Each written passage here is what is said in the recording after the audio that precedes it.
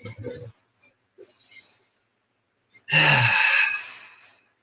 everybody. Hi. I'm going to give this a second. If anyone's in here, please let us know if you can hear us. I think the last stream we did for like the first minute, you guys couldn't hear us. So let us know if you guys... Technical difficulties. It happens every time. Frank the Tank is here. Frank. I feel like a celebrity is here right now. Frank, thanks for tuning in. Good question. That is the question. How did I get here? We ask ourselves that question, Frank, every day. Blair says he can hear you. Okay, we're loud and clear. Onion Wolf says all clear. All right.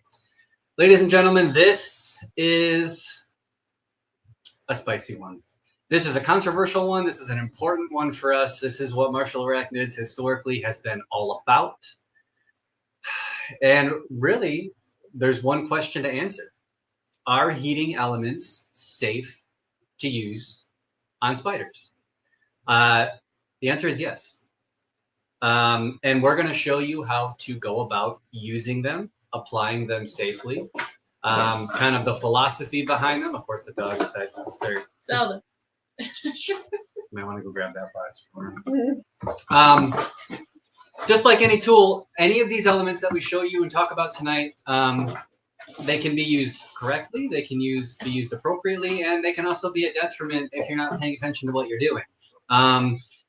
Keeping tarantulas really is no different than keeping any other ectotherm, I guess at its roots, at its foundation. There are some caveats and nuances. It is simply not black and white.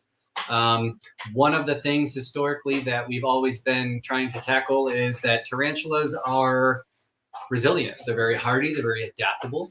But on the flip side of that, they're not all the same. They're from different parts of the world. There's been a lot of myths that have kind of surrounded the hobby that we've tried to dispel over the course of, I don't know, the last 6 years, 7 years roughly. We'll kind of re-highlight those tonight.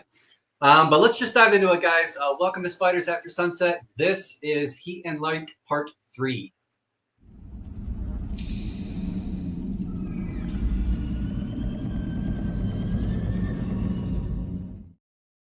Does anyone want to take a guess at how many times the camera is going to go rogue tonight? I'm going to go ahead and say twice.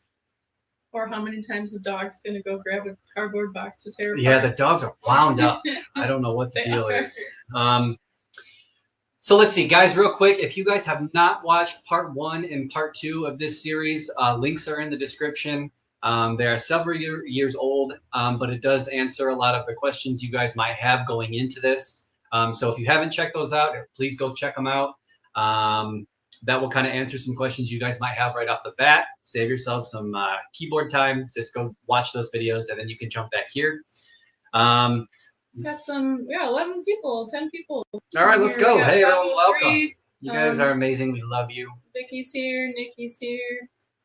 Frank's here. Heck yeah. You guys are the best. Thank you. Thanks for hanging with us. Yeah. I don't know. This is going to be a long one. There's so much to cover here. We have to be very specific. We have to be very detailed. I had Jess go ahead and make me a rubric. I don't like these things, but it's so necessary to keep me on track here because with this topic, it is so easy to spin off on a million tangents. So hopefully I won't do too much of that tonight. And if you watched Part 2 already, this is why we have this now. Yes. Yes. We're learning. We learn. We learn too, guys. Real quick, I want to respond to some comments that we've received about Part 1 and Part 2. Again, though, they're several years old at this point. I want to respond to one in particular. So I don't remember which one it was left on. It doesn't really matter because I feel the same way about both of them. One of the critiques we had was that the tone in those videos came off rather defensive, rather abrasive. And I completely agree with that. If I could go back, I would do things differently. I would not change what I said.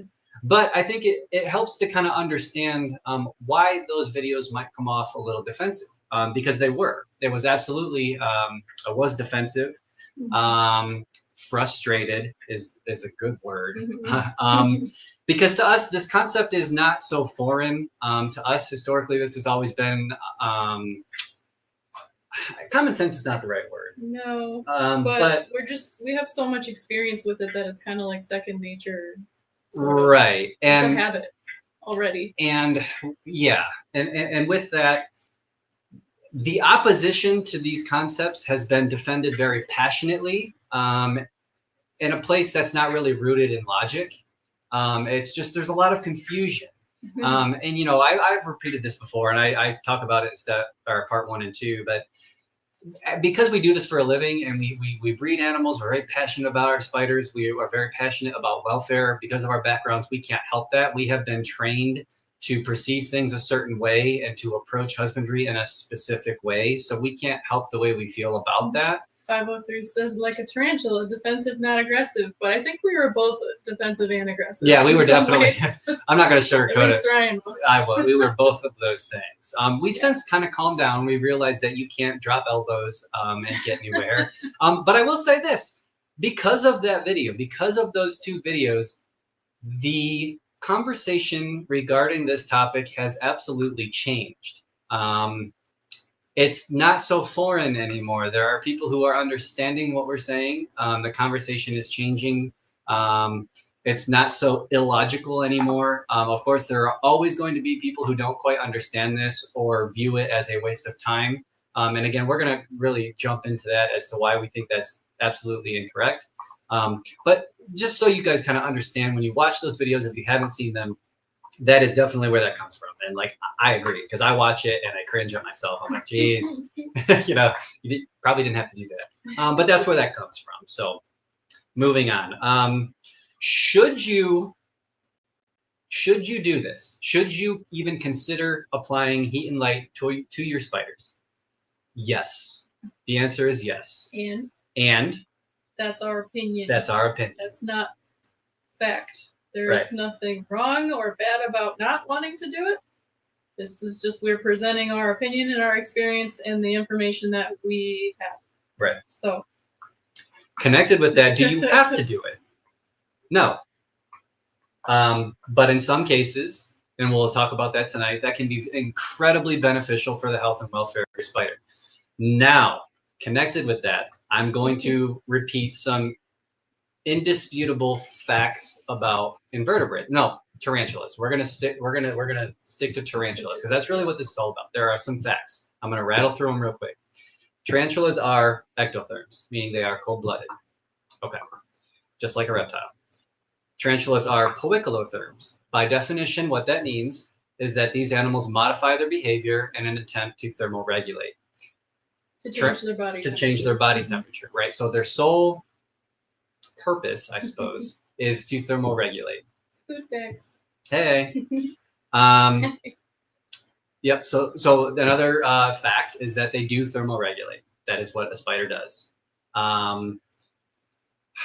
Another fact is they will not cook themselves if a heating element is provided to them. The spiders themselves do not cook themselves. Okay, that is a fact. If a whoopsie happens and a spider is desiccated as a result of the application of a heating element, I want everyone to listen to me very carefully, just to get this out of the way. That is a keeper husbandry error.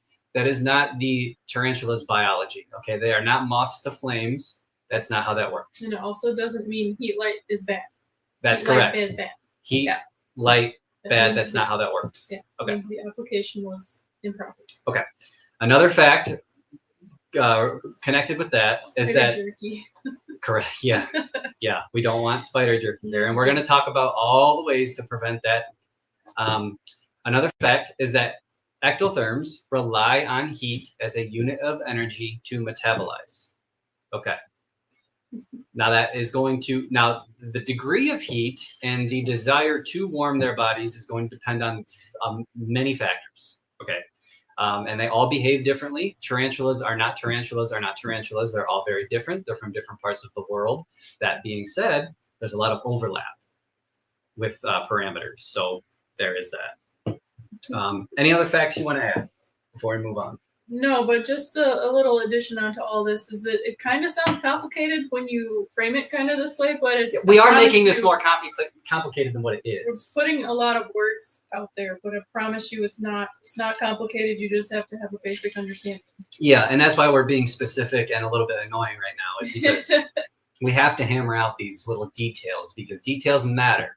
So that's and there is a lot of information out there that is being presented as fact that is the opposite of that, and it's plainly false, and that can lead to problems and frustrations with people like Jessica and I. So Vicky says I've seen obvious positive changes in some of my teas by adding lighter heat.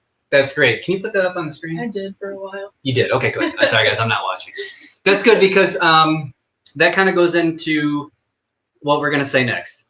If not applying heat to your spiders, because we hear this all the time, the kind of like the adverse of that is like if you've never done it and you have had 0 failures and it's all successful, that's fantastic. We love to hear that just as much as we love to hear what Vicky just said, which is the application has helped and she's seen a difference in behavior. That's great. Wonderful.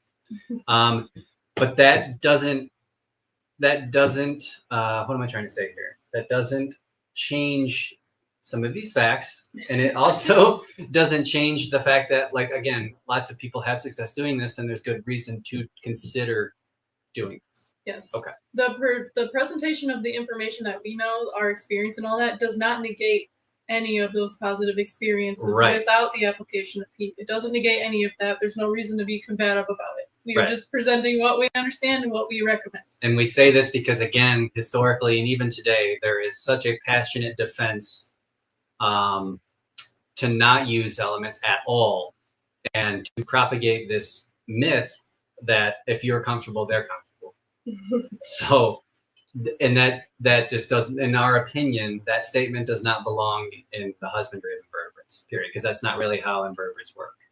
Frank says, if I'm going to provide light heating elements, I'd want to increase size of his setup to properly regulate everything. My man. We will go into some of that. Oh yeah, Frank, we're just scratching the surface, but thank you for commenting on that. That's very important. Yes. Very important. Yes. Thank you, Frank. And Larry says he noticed his AVIC acted way more lively after adding a dimmable halogen. Hey, Larry, so awesome. Yeah, thank you, Larry. And we're gonna, and I want people to chime in because what I'm noticing here is that this topic is still very tribal, and it should not be, because I think people's testimonies of who don't do anything are just as valuable, right? But what we want to avoid is telling folks who use our approach and then the approach of simply doing nothing. Where am I getting at with this? We want to avoid telling the other individuals to not do that. Or that they're doing something wrong. If you're having success, fantastic. We just don't want to shun or dissuade people from... Or give out misinformation. That's right. Especially to new keepers. Right. Because we see this all the time with new keepers. I know there are other content creators that hear from new keepers all the time who try to steer away from what Jess and I are talking about. And I think we need to come together and quit doing that. I think that's not productive at all. And we just need to lay out the facts and consider that there's many ways to do something. 503 says, I do feel like sometimes people get defensive because they look at the tons of spiders they have in little boxes and know they'd have to make some major changes. Oh, I want to talk about that too, because she's 100%. Absolutely right. You nailed that on the head. Mm-hmm. What we have learned in our years of doing this is people do not, there's a high percentage of the population that does not want their tarantula keeping experience to be any more complicated than shoe boxes floor to ceiling with coconut fiber. Okay, we obviously have very strong opinions about that. On the contrary. Right, but we understand that's great. What we want to try to achieve here is propagating this idea that we don't tell people that's the only way to do it and to not consider there are better alternatives. Yeah. Okay, because again, everything that we're going to talk about tonight is rooted in natural history. It is rooted in behavior that we see. Jess and I... A lot of anecdotal evidence also.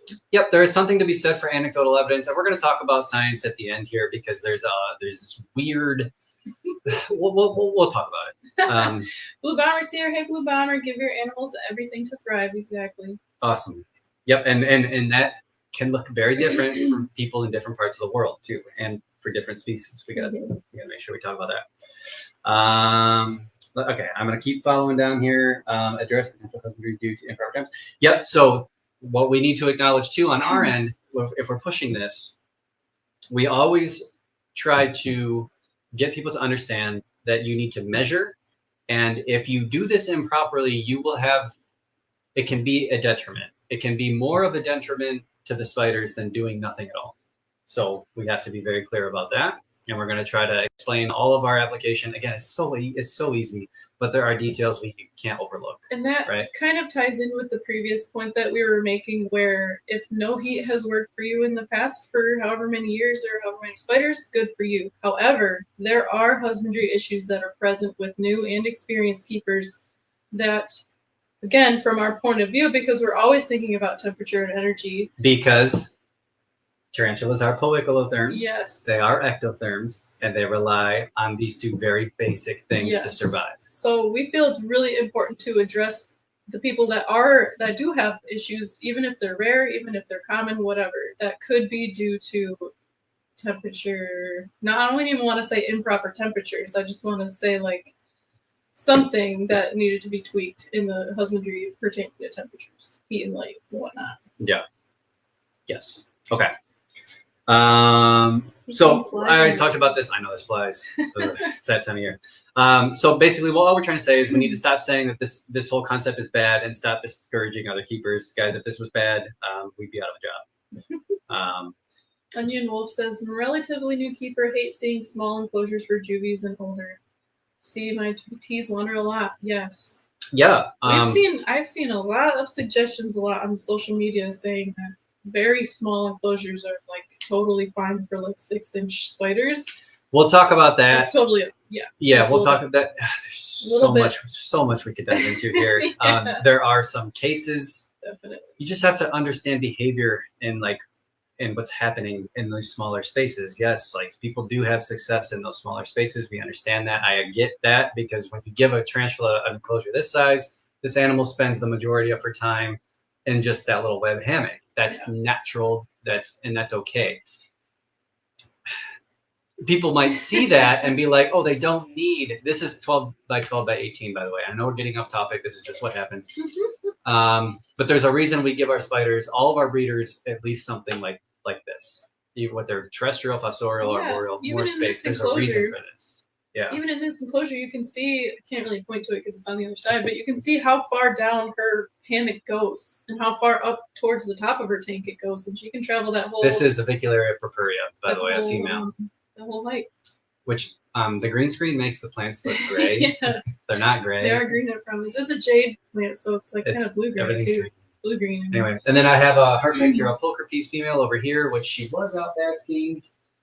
What's she doing? She's gone now, which is good. Good. She was out under that lamp, but it is nighttime. Oh, imagine that. She moved away from the heat? Imagine that. She's not desiccating under her lamp. So another little point. Okay. Real quick, Larry said, many will say no heat, no light, and then add heat to trigger an egg sac. Yep, that's... Oh, don't even get me started, Larry. That and... phrase, if you're comfortable, your T's are comfortable. I don't like saying conditions, MOC's like, yep. Yeah, I know. And then they'll incubate their eggs at 90 Fahrenheit, but then keep the spiders at 12. Yep. I know. Okay, we're getting off topic. Hold on. Blue Bomber said, I know y'all touched on this last live, but how often do you spray and hydrate your spiders? We're gonna talk about that. Every day, for the most part. No, it's more like every other day. This time of year, we should probably do it every day. Average every other day. In the summertime, every other. Yeah. Lightly. Okay. Hold on. Okay. I gotta address some of these comments. Yep, keep it going. Frank says, I've seen lots of very small setups for jumping spiders as well, since lots of people think having something small means their setup should be small. That's another really good point. Yes. Yeah, jumpers are so visual, let alone how intelligent they are. That they're very active as well. Yeah.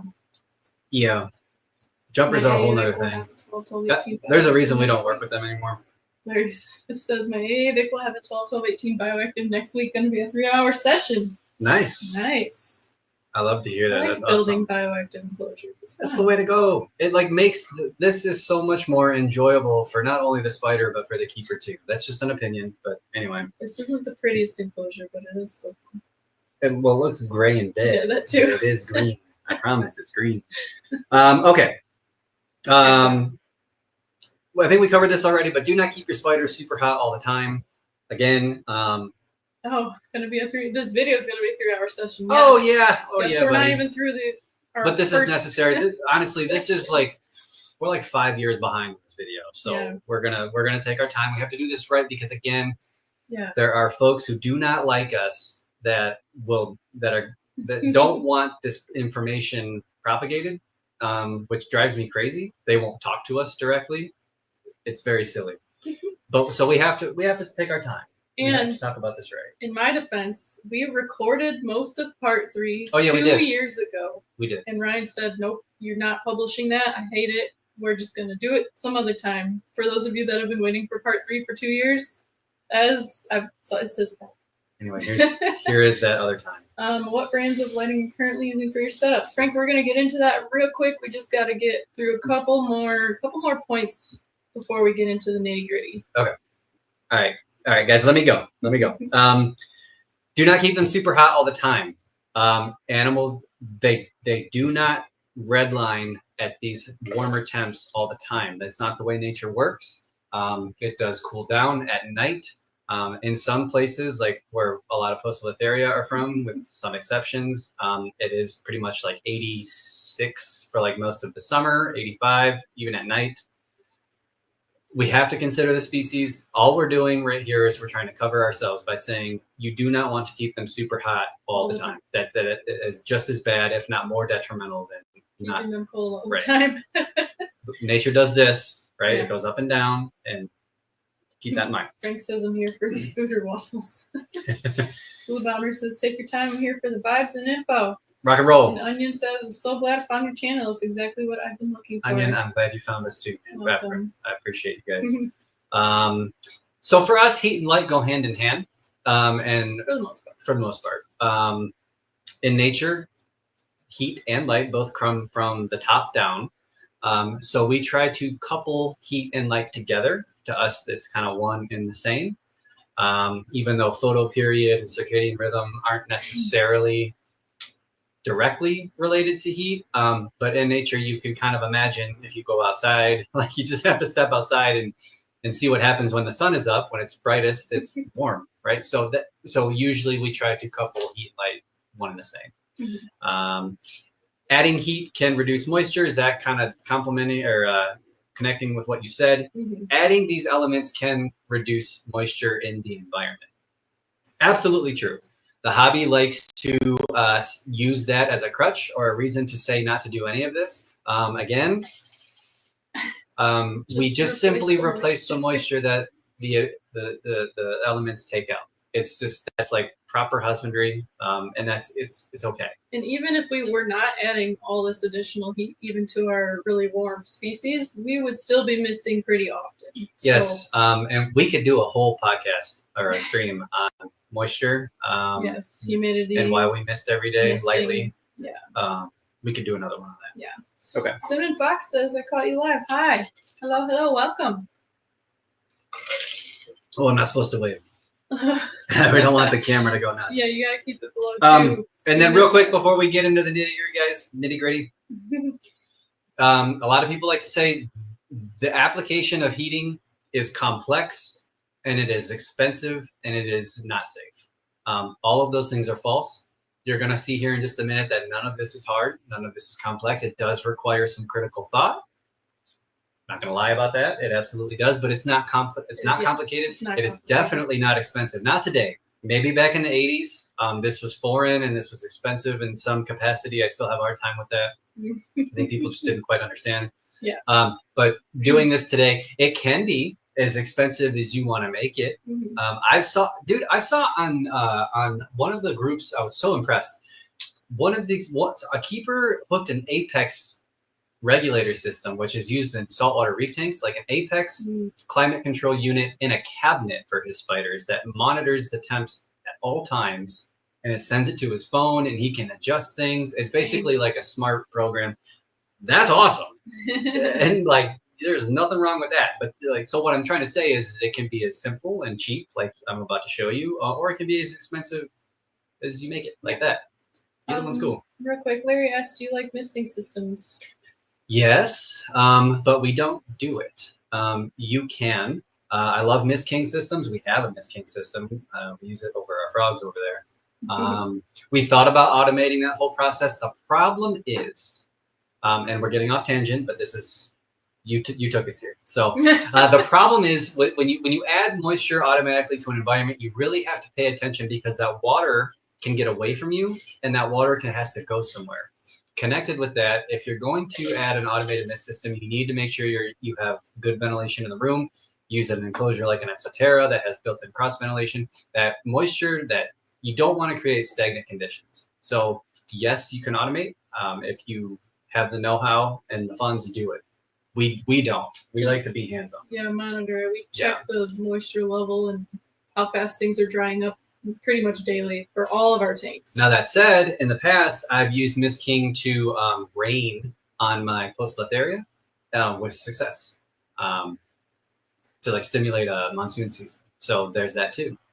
We are very much, we acknowledge seasonal cycling here. Onion Wolf says it's expensive in the UK, but worth it. 503 says there was a lot of cocaine in the 80s. Yep, there was a lot of cocaine. Frank, the 80s were not 65 years ago. The 80s were 45 years ago. Larry, I want to do an automated system like that. Yeah, Mist Kings are the way to go. They also sell digital seconds timers, which those are the bomb. Yes. Duchess says, I get to catch a live. Hello and welcome. Hey, I'm glad you're here, Duchess. Thank you. In the rain as well. Yeah. So wait, we got someone from the UK up in here too? Yeah. Onion Wolf, are you from the UK? Are you in the UK? Now? That's cool. Or from the UK? I guess caveat here, we are in the United States, but lights that give sunrise and sunset. Yes. Yep. So they call that ramping. Yeah. Scotland. That's so cool. Hell yeah. That's awesome. Very cool. Welcome. Thank you for joining us. Yeah. So yes, the ramping features on these new LEDs, that's just going to be the new norm in the reptile industry. Like we're getting there. Exoterra has some developments in that. I don't think we never did. We ever cover like turning the lights off before? Yeah, sunset? we've talked about okay. Yeah. Yeah. And we'll talk about that at the end. Yeah. Okay. So guys, we're going to dive into it. This is kind of what everyone's been waiting for. Links to all of the products that we're going to talk about today are down in the description. Thank you to Jessica. We did open a Amazon affiliate, whatever that is. We're part of the affiliate program, yeah. Finally. Because we, I think I zoomed it in. That's okay. We have spent we've spent so much time answering emails, and this is our own fault, which is great. We're happy to help. We spent so much time selling other people's products, which again, happy to do. We just want you guys to be on the right track. But if you guys want to use any of these links, I guess we get a kickback. I don't know how much that is. I guess it really doesn't matter. It's like 0.1%, but it's still something. I think eventually we'll have a Amazon storefront. I don't know. Probably.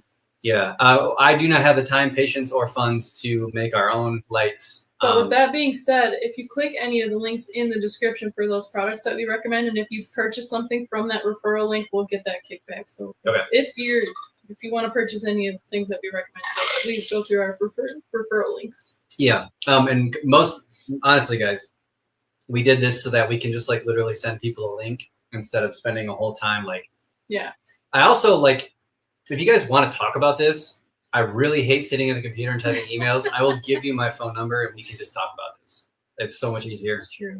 I would rather do that. Cinnamon is from Sweden. It's 1:27 in the morning or in the night. Sweden. Heck yeah. You gotta go to bed. They want to watch. All right, let's go. Here we go. Okay.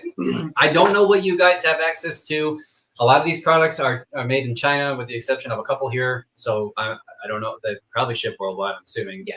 They're good at that. Okay. So the very first, we're going to talk about all of the, we use 5 total devices or elements that we use to provide heat safely for our spiders. There's 5 that we would use and recommend. There are probably 120 different ways to do this. This is just what we've used, what we found easiest at the scale that we raise our spiders. So that's all we can really recommend. If you guys have any suggestions for other products, please link them below. We're always learning. Maybe you know something we don't. This is just what we found to be most cost effective at the scale we're doing this. You know, funds matter. So this is what works for us, and we have pretty good success. I will say, in all of this, with doing all of this heat and light and the application and all of that over the years, we, Marshall Arachnids, with all the animals we produce under this roof, we have less than a 1% mortality rate. I'm very happy with how many animals we produce under this roof, with how small of stock we actually have. How many animals do you think we made in 2024? Made. I don't know. A lot. A lot. Okay. Probably at least 800. At least. Yeah, come on. I don't know. I'm using a conservative guess because she's always so conservative with that. I swear to God, it's wrong. Anyway, less than 1% mortality rate. So I want everyone to keep that in mind, okay? And if you guys, if you're a breeder or someone with a lot of animals and you don't do any of this, again, fantastic. That's great, okay? But this is just our opinion, and we've already kind of told you guys where we're coming from, and the behaviors. I will be so bold to say I think we see a lot of really cool things that most people who don't do this don't get to see with their spiders. Mm-hmm. I will say that, and I know I'm just gathering all this information based on what we see on the internet. You know what I mean? Because I'm just like, oh, that's what we see, like, you know. So I don't know. Yes. Anyway, okay.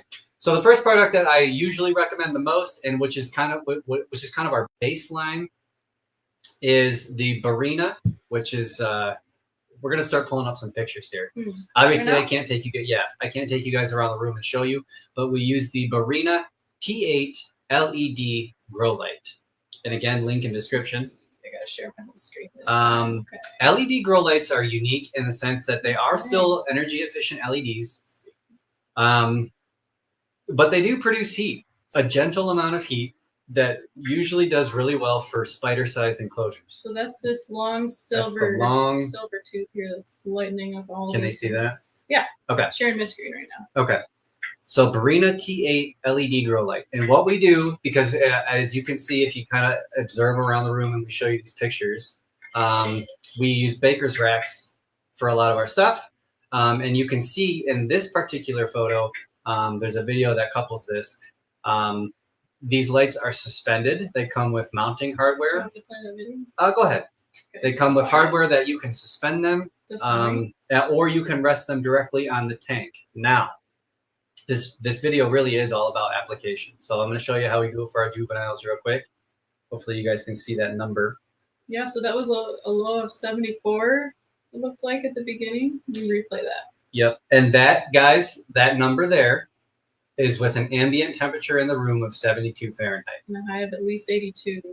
Okay. 75 looks like, yeah. Now, we showed you that because we're always talking about thermal gradients, which means giving the spiders the opportunity to warm and cool their bodies. Why we like these LEDs is because they're gentle. It's not a focused amount of heat. You can either suspend them or rest them directly on top of the enclosure. They're not going to warp or melt acrylic. Really what we're trying to achieve with these lights, and again, this time of year, this is the perfect time, I think, to film this video, because at the time of filming this, our ambient temp in the room is cooler than what we normally keep it at 72. It's probably going to get down to 69 Fahrenheit, 68 even maybe in this room. And a lot of people mistake with what we do and say, oh, you should never let your spiders get that low. That's not ever what we're trying to say, because it happens, and that's okay. The spiders can handle it. That's okay. What we advocate for is giving them the opportunity to thermoregulate by warming their bodies the next day. So the lights come on just like the sun comes up, and the spiders can warm their bodies. That helps them metabolize. That helps them molt. And you see them. You see these normal behaviors, just like they would in the wild. You come out, they get warm, they go back into their burrows after they're warm. You want to tell them about this video? Yep.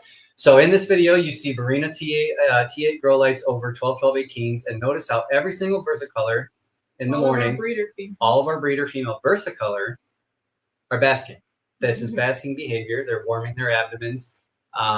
Again, we can't put them like that. Like they every morning this time of year. They might not do this in the summer, because again, in the summer, historically, which is more accurate to like where specifically burst color come from. I bet you recorded this during the egg production season. I bet you that's what. Yeah, so this is probably spring. Early spring, where it's still a little chilly at night. Yeah. Look at what they're doing. Now the animals. Also, you can't really see from. Well, you can kind of see with that one, but you can't really see in this video. But all of these bursies have like 12 to 14 plus inch cork tubes that they can go down into whenever they want to. But they're all choosing to be out exposed right under that heat in that light. Yeah. Yep, that's typical behavior for not just arboreals but terrestrials too. Terrestrial fossorials.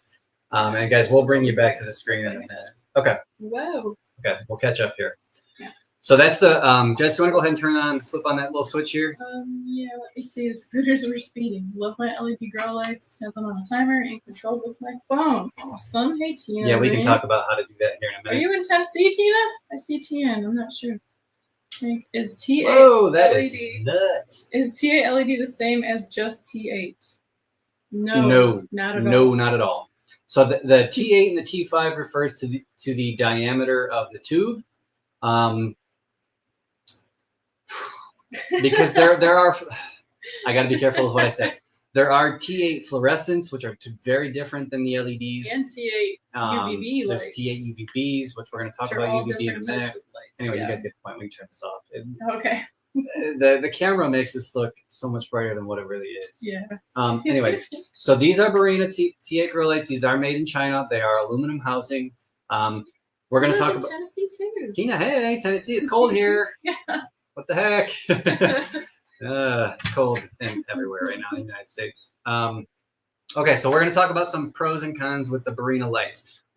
This is how we power all of our racks. So it doesn't matter the species. This is just how we light them, and we provide supplemental heating in addition to heating the room. Okay. Now the reason why let's just back up for a second. Another flying computer. No, we'll keep moving forward. You might not be able to heat the room. I hear that a lot. Not everyone can heat the room. So using these elements is a cheaper, safer, more realistic alternative. So that's why we want to talk about each one. So moving on. So that's the Barrina LED. We use those to power all of them, depending on the temperatures we want to achieve in the enclosure. We will either rest it directly on top of the enclosure, or in the case of the spiderlings, whether we're doing vials or we're doing these little juvenile enclosures, which are 7 inches tall, we will suspend them. And you saw how much heat in that video that we showed you, how much heat, if you guys missed that, go back and rewind, how much heat that these give off, right? So keep that in mind, and you have complete control. They come with little chains. You can suspend them. You can adjust them. Every single element that I'm talking about, I'm going to hit my forehead here. Every single element that you use, I don't care what animal you're keeping, get yourself one of these. We'll talk about that. But using these is how you determine what height to suspend these lights at, right? Or any heating element. And that, in addition to that, what goes into that is also the species that you're keeping. Definitely went over the speed limit. I'm moving. I'm moving now, baby. Okay, pros and cons. Pros with the Barrinas. So we're going to do this for each element. Size choices. You can get them in, I think the smallest is 2 foot. I think it's 2 foot. Okay, I thought they had a 1 foot. You can do 2 foot, 4 foot, 3 foot, 3 foot, 4 foot. Yep. 3, 4. 2, 3, 4. Do they have wider ones? I didn't even look at the store. They might even have wider ones. They might, but I don't think they do. Color temperature. So they have like 3 color temperatures now. They have like a 6500K. They have this weird. A couple of the pictures that I showed, there were 2 different color temperatures in there. You could tell one of them looked kind of more blue than the other one that we were showing if you were paying attention. But yeah, they have basically a blue, white, a yellow, and a pink. Yeah. The yellow and the pink together make a pretty cool overall color temperature. We did a little experiment over the years with the pink and the red. Do a little rundown on what that means. So some people might not have any clue what color temperature means. Right. So color temperature, It's mostly for It's plants. more, it's mostly for plants, but not really. I mean, so none of these are true full spectrum. Like I know it's kind of a marketing thing for LEDs to say, oh, it's a full spectrum LED. That's not really true because it doesn't include UVB or really UVA. So that you can't really say that. And those are colors or wavelengths that animals see that we don't. Yeah. It really just is what color. Is it a blue-white light? Is it a yellow light? Is there some red in there? Which is kind of like the sun during different times of day. Displays sort of different color temperatures or a like range of color temperatures. When you go out in the morning versus the afternoon or the evening, like it's not the same color outside. So that's kind of like what sort of. That's a very, very simplified summary. I don't know how to say it. But and just kind of an explanation how that relates back to tarantulas. Right. So there is more factual information than what I have for you about what wavelengths that spiders can see. We know that they can't see red.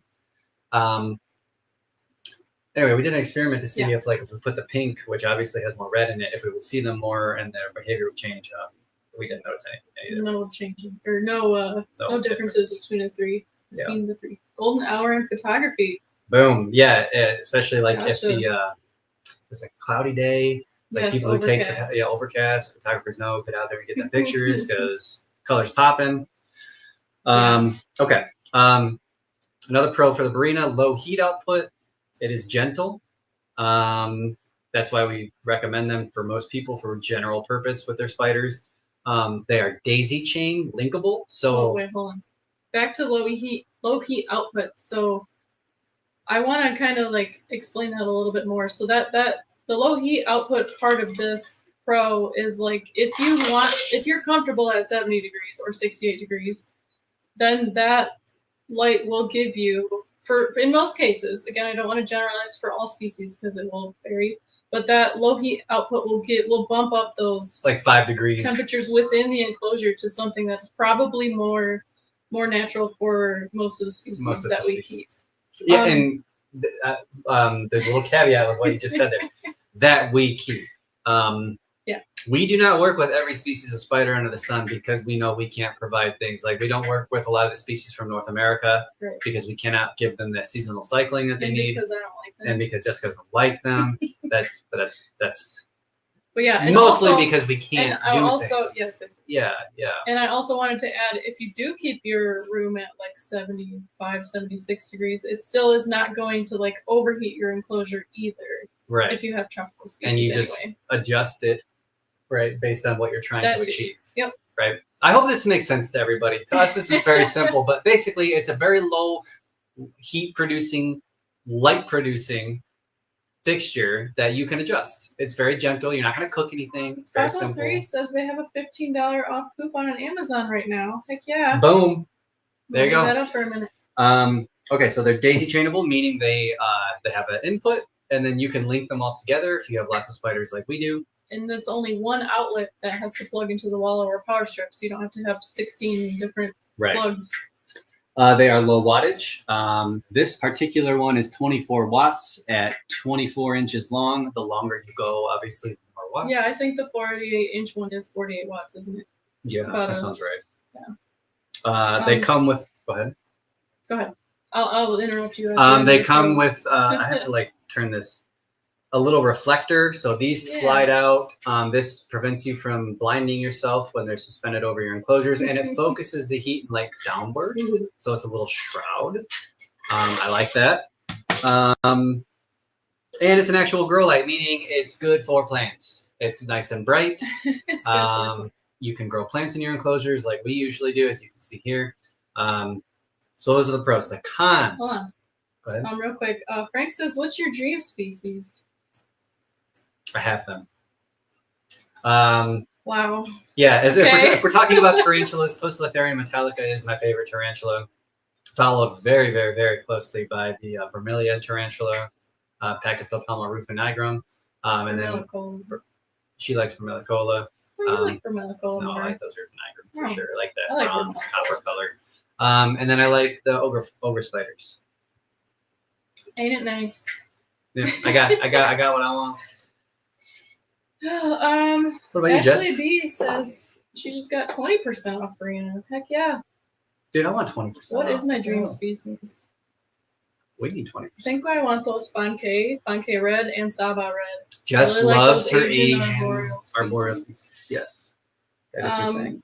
503 says, you all should have Nate from Micro Wilderness on and do a Phonopelma versus Pokey. We would love to. Well, you know, the fun thing about run in circles around us, probably. Well, the thing about Nate is he sees a lot of these animals in the wild.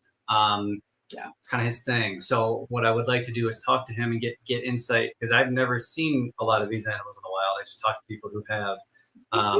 So it'd be cool to talk to him. We need to get people on this podcast. Curly hair. One time. Oh yeah, curly hair, and I saw some sort of weird, undescribed species of Theraphos today in the cloud forest, and then I also saw what I'm pretty sure are like the Theodoras, all inhabiting this. Yeah, oh, that's right. You did tell me about that. Yeah. That's cool. We'll talk about that later. I'm waiting on some of those vermilion spiders. We're working on it. We are working on it. We have two paired females. Cons. All right, let's keep going. Yep. Cons: low heat output. So the same pro is a con, just depending on your situation. Yeah. Okay. So elaborating on that a little bit. Go ahead, Jess. I gotta take this off. Yeah, go for it.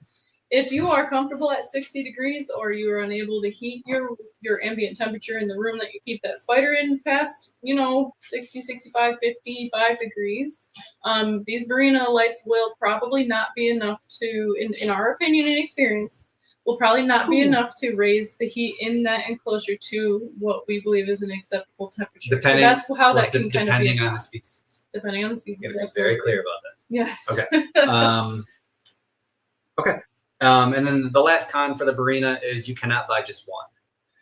Barrina sells them in at least packs of like 6. Yeah. So that is a huge bummer, which increases the cost. Maybe you just want one. But we might become a wholesaler and start selling those individually. No comment on that. All right. Anyway. Okay. So that's Barrina T8 LED grow lights. Again, links in description. All right, let's get into the juicy stuff.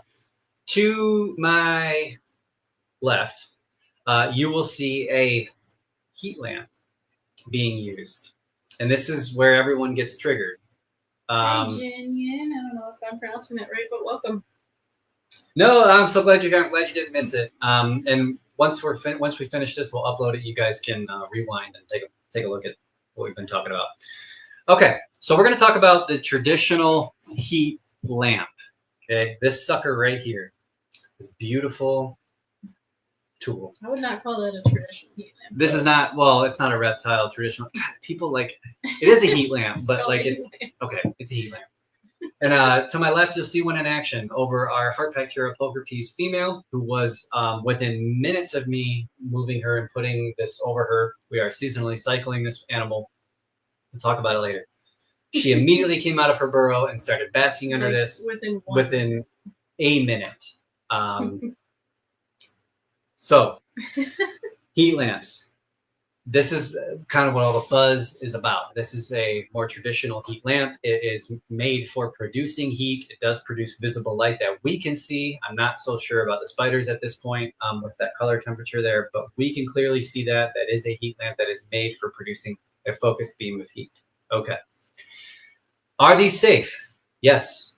Yes, they are, with the correct application.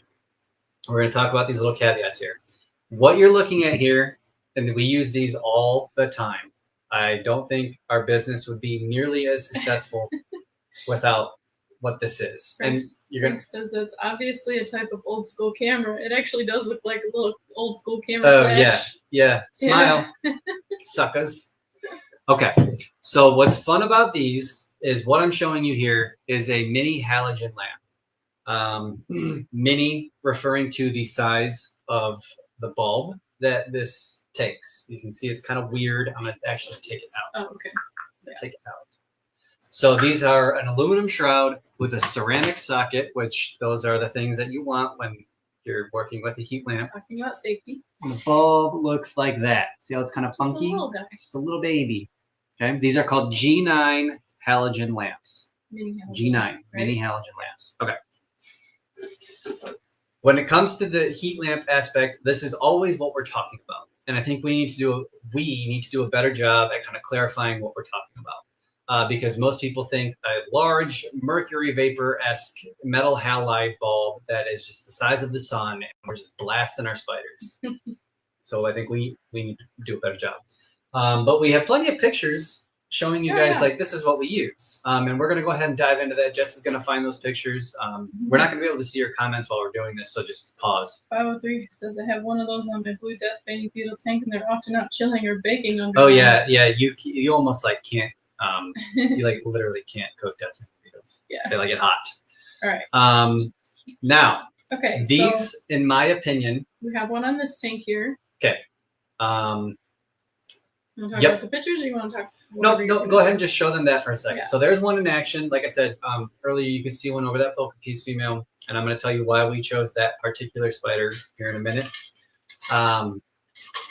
So these are fantastic. Why I like these is because for a while it was just Zilla, the reptile manufacturer, that was only producing and offering these. Now all these off-brand Chinese manufacturers that are still literally that's where all these products come from, by the way. So yep, there's one. There's a Metallica basking. These have all the right materials where it counts. They are dimmable. So a lot of these, and again, link in description, you can buy these with an integral dimmer switch, meaning you are in complete control of the heat output. And I think this lamp, for people who cannot heat the whole room, I think this is the lifesaver. I think this lamp is so affordable. The bulbs are cheap. Again, link in description. If they burn out, you can replace them simply. You are in complete control of their heat output. I was gonna say they sell them with like the one I was showing you, the one in that photo. Back with Jess. Which one? Oh, hold on. This one? Yep. So notice how in that picture, and this is how I usually recommend to customers they do this. Notice how that is not resting directly on the screen lid. Okay, we can talk about screens in a minute because I know someone's going to have that question. Notice how that's kind of suspended.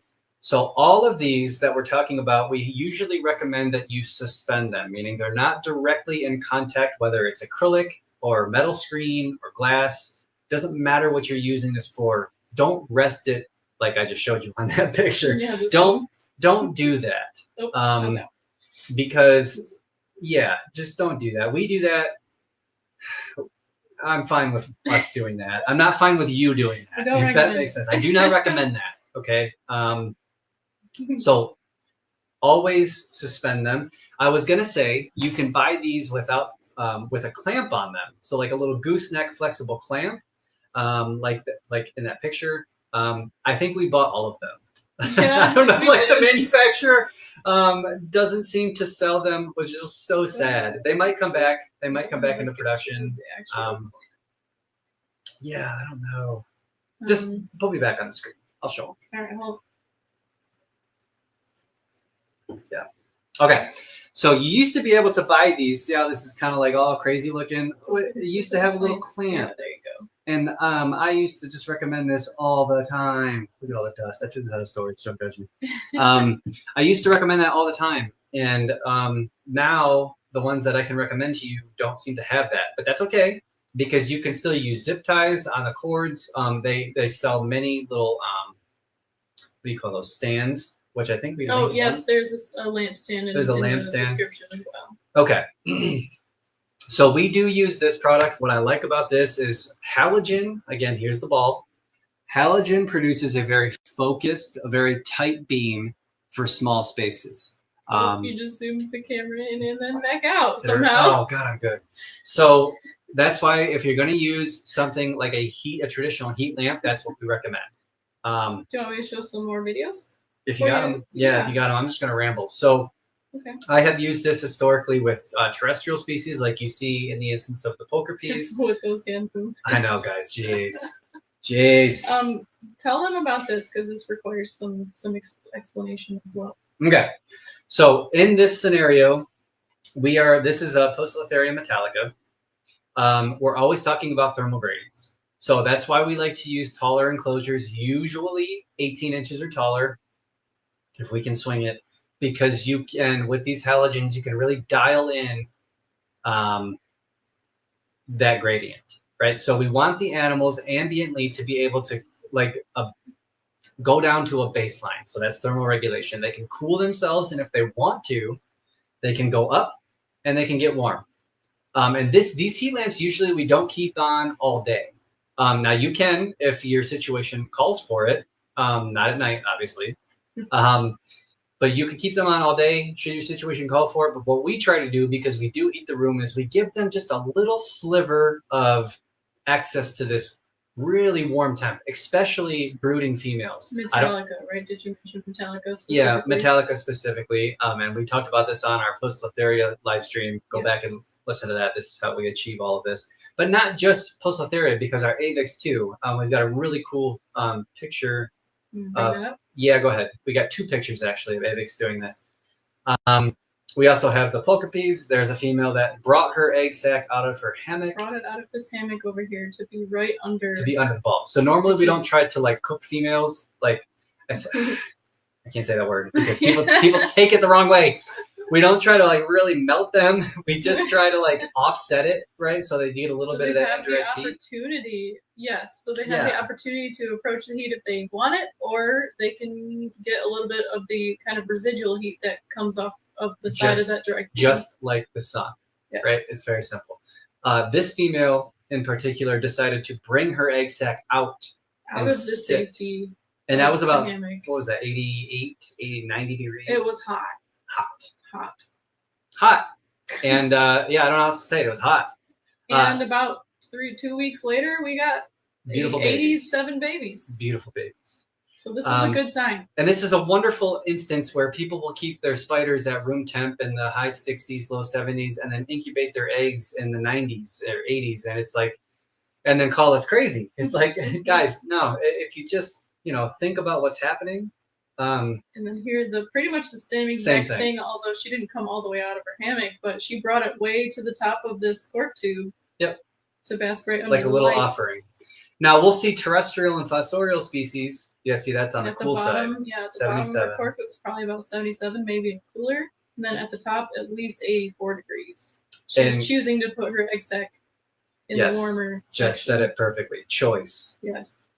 Gave them the choice, and look what she chose to do. Yeah. That, guys, I know they're just spiders, but look at them in a way like they still have those preferences. That is how they have evolved to operate. Mm-hmm. So that's all we're trying to do with those heat lamps is give them that. And brooding females really enjoy that. There are some species, like I said, Poecilotheria, Avicularia, that really enjoy that. We don't keep them, but I guarantee you those Mexican species and those like the North American species, we've talked to people who are way smarter than we are, who have observed these animals in the wild, and they all make their burrows where the sun is at its highest. I'm telling you that they just enjoy it. Now, it doesn't happen all year round. They go through seasonal cycles. We know this, but they position their burrows so that they beams right on the entrance of that burrow, and they can utilize that heat. Yes. Yep. Yeah. So that's where this comes from. And I think in a cooler situation where if you guys can't heat your room, you can use these halogen lamps to your advantage and give your spiders that little oomph, that little juice that you think they might need. And again, what they need depends on the species. It also depends on how cold your room is, or cool or warm or whatever. And that's a good way, actually, if you have a really cold, relatively ambient temperature and you provide that heat in a larger enclosure, it's a really good way for your spider to show you what temperature they want. Yes. They prefer. Yes. You can assume that they're comfortable all you want, but we never summarize the other half of these 2 pictures. Oh, okay. Well, yeah. So this Metallica was hopefully gravid, and at this point in the day and the season or whatever, the coolest part of her enclosure was about 78 degrees, and then where she was actually basking, it was at least 91. Yeah. And we scared her away by opening the door here, but she was positioned right under that light. Again, don't rest the bulb or anything. The lamp on right the enclosure. there. Don't do that. Yeah. I'll be done sharing screen. Yep. Okay, we're back. There you go. We're back. Okay, hold on. We got some comments. Yeah, we're gonna catch up. With those things. Food or cheese. Yeah, our Rosea loves any light heat we offer her. Yes, love that. Yep. Rosea is. I just have to acknowledge this for people who think we don't understand this. Yeah. Rosea is a very seasonal, cyclical animal, but during the day, yeah, they love that heat. Definitely. Yep. Yeah, for sure. It doesn't matter what time of the year it is. Yep. I don't know if that's an autocorrect. Well, I agree with that though. Like acknowledging how many, arachnids are older than the dinosaurs. That speaks back to like if they couldn't thermoregulate, they wouldn't be here. So just saying that. Okay, so the G9 mini halogen heat lamp. I know, like I said, Zilla makes that. That's a name brand that most people are familiar with. Again, link in description. There are plenty of off brands that have all of the materials where it counts. I cannot recommend them enough. They are lifesavers. Again, we heat our rooms ambient to 75. It's cooler this time of year, but we still rely on these heat lamps to do many of our processes. Like they're lifesavers. So if you're going to use a heat lamp, we recommend those. You can use traditional heat lamps, but boy, I'm telling you, get yourself one of these and pay attention to what you are doing. If you need to heat a whole bunch of, and we're going to talk about easier ways to do this here. We're not even close to being done. We'll talk about easier ways to do this, but if you need to heat a whole bunch of smaller enclosures, you can do that with big heat lamps, but man, suspend them to the point where they are not harmful. Consider the species you're keeping. Do they even need that? Do they need that extra heat? Like answer these questions, which again, we covered already. Part 2. Go to part 2. Damien says, I run my temps based off of the species location or close to it. And also the humidity is set to the origin. Hey, you go. So Damien goes a step farther than we do, which is awesome. As we I think we also talked about this in part 2, but Ryan has a thing like on his weather app on his phone. He has a region of India that is like really close to where Metallica are native to on his phone at all times. So we can check the climate and the weather, the local weather at any point for that, and we kind of replicate that for. I have a comment though.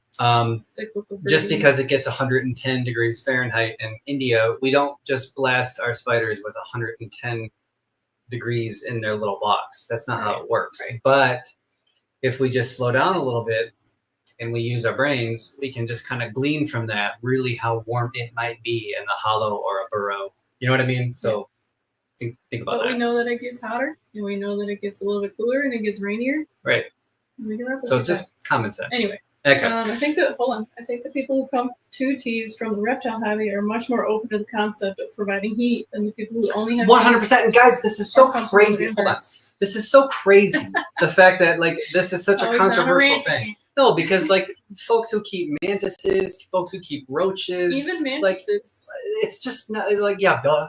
Of course of course they thermoregulate. Of course they need heat. But so, 503, even other than baby mantids, yes, exactly. Anyway. Yes. Okay. Lost myself for a second there. Stay on track. We got a lot to go.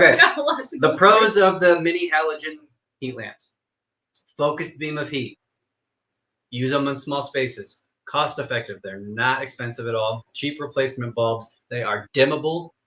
Most of these things include, if you follow our links, include a dimmer switch integrated. If they don't have one, we have a link to dimmers. They look like this, separate dimmers. I don't know if you guys can see that, but you just plug your device into this into the wall, and you are now in control of your heat output. Yes. Very simple, not hard.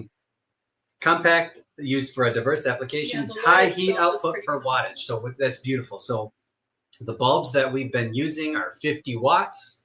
I actually recommend that you guys do it. Okay. Oh no. It's okay. No, I just need to keep doing it. Oh. Perfect. Hey. And then I highly recommend that you guys buy the 25 watts instead of the 50 watts. Most of them come with 50 watt. I just think just buy the 25 watts. They're cheap. It's a little bit extra. Yeah, it's just, the halogen lamps, even the mini halogen lamps, they can get really hot. That's what they're made to do. When they're at their maximum output. Yeah. Yep. So there's that. It's like, as opposed to like the traditional reptile heat bulbs that are like 150 watts. You know what I mean? Like, just get the smaller ones. You'll be impressed with how much they. Janine says, I'm new to the hobby. I feel like anyone newer is more flexible than anyone older. The old Arachnids posts and books in the US are very, very dogmatic. Jinian, you need to watch part 1. Put her on the screen. And we're just going to keep that there. Yeah, because you're right. You said it perfectly. And that's what we've been combating with is people who have just, kind of read what's always been there. And again, there's something to be said for experience, right? Experience is experience, and that's 100%. Wonderful. The problem is there's just so much opposition to something that is so simple. You know what I mean? And the other problem is some newer keepers who follow those guidelines, which is what we experience, have problems. Which is what we experience. Yes. So good comment. Okay. Yes. Hold on. City versus wilderness temps are vastly different. Yes, microclimates, debris, and trees that have very moisture and temps. Exactly, Frank. Yeah, tree hollows and burrows are very different than what you would find on a weatherette. We're not stupid. We acknowledge that. I just want to we understand that. Yeah. And I think we talked about that in part 2. Yes, I think we covered in part 2. We don't ever chase a number, any numbers. Correct. Any specific numbers. We simply watch the behavior of the spider. Yes. They're very smart. They're very intelligent. They tell you everything you need to know. Yes. Anyway, cons for the mini halogen lamp. It needs dimming. Do not run these without a dimmer. If it doesn't come with an integrated dimmer, you need to buy a separate one. The dimmers are cheap, or a thermostat. Yeah. Either one. They're not linkable, and not all of them, as we already talked about, not all of them come with a clamp or a dimmer. So those are the cons. Yeah. G9, and G9 refers to the type of bulb. That's what, right? Yeah. So these are amazing. Again, there is one in action right over there. 503 says it's like newbies at least know that they don't know it all, and that's very important too. Yeah. For sure. Thanks to you guys. Everything I set up was watching video a few years ago. You guys had to run Home Assistant with a few sensors to provide data and run automations. Hit me up if you're interested. That's awesome. Hey, Damien, we'll talk. That sounds cool. I've got plant light and regular lighting on my tarantulas, and they're all 82 to 85 during the day, 70 to 76 at night. I keep the room and temps vary from top shelf to bottom. Amazing. And we'd love to see it. Yeah, and those parameters again are relevant to whatever you're keeping, right? Because we do keep a couple of species. Megaphobema mesomelis, which is a montane species from Costa Rica. We also keep Poecilotheria subfusca highland. Very different approach, and we'll talk about that later. Okay. Isn't South Africa typically kind of a temperate climate? It is. I've never really. Yes, and that's why we'll talk about it later. But that's why we chose to highlight heart bacteria. Okay. Next on the list, this is number 3. We got 5. Okay. Number 3 that we use are the Thrive Ecosystem LED lights, which is what you can see being exhibited on top of this aluminum guy. Yeah, this aluminum shroud. The green screen is ruining his logo. Colby, I'm so sorry. And that link is also in the description. I believe it's thriveecosystems.com. Okay. Pretty sure. Cool. Okay. These lights are amazing. They are made in the USA. They're beautiful. I recommend these to folks who have display tanks that want to keep their tarantulas in like a naturalistic, bioactive, just not a shoebox, basically. Like if you have a display enclosure, these are amazing. They have a beautiful aesthetic, a nice aluminum shroud. We like to use them in tanks that are at least 18 inches or taller. They do get quite warm, but they are dimmable. Colby is smart enough to sell them with an optional dimmer switch. Colby, he made these for the frog hobby, but if you don't know us, my background is amphibians. Professionally, I work with amphibians. I work with amphibians for the private sector for a long time. So I started working with these lights by recommendation of people who kept dart frogs. And when I got them, I realized how much heat they put off. And I was like, this is perfect for spiders. It's not a lot of heat, but I would say more than the Barrina. For sure, more than Barrina, for sure. but Yeah. not That's nearly why as he much keeps as them in these really fancy aluminum shrouds. I don't know if you guys can see that. These lights are fantastic. This is dimmed all the way down. Really? The camera makes it. Oh, see, wow. See what I mean? It's just ridiculous. Yeah. This is how we keep it on the shelf, but it doesn't. Anyway, you get the idea. Oh. There you go. These are amazing. We have bred many spiders under these lights. They do a fantastic job. I cannot recommend them enough. They are made in the USA. Colby is a friend. He makes great stuff. ThriveEcosystems.com. The pros to this, he sells different sizes. This is unfortunately the smallest that he currently makes. Which is 12 inches. Which is, 12 inches. If you talk to him, he will make smaller, but smaller ones are not dimmable, so keep that in mind. They, like I said earlier, they come with an integral dimmer. Attractive aluminum housing. They're very sexy. This is doing it no justice, but they are a beautiful light. Very bright. Also a grow light. He offers customizable color temperatures. I know we talked about color temperatures earlier. This one specifically is, I believe, 5,500 Kelvin. You can do much more white. Okay, you can do warmer or cooler, right? So more blue or more yellow. But I chose right in the middle. I really like that. I think that's really awesome. They're not linkable. Or no.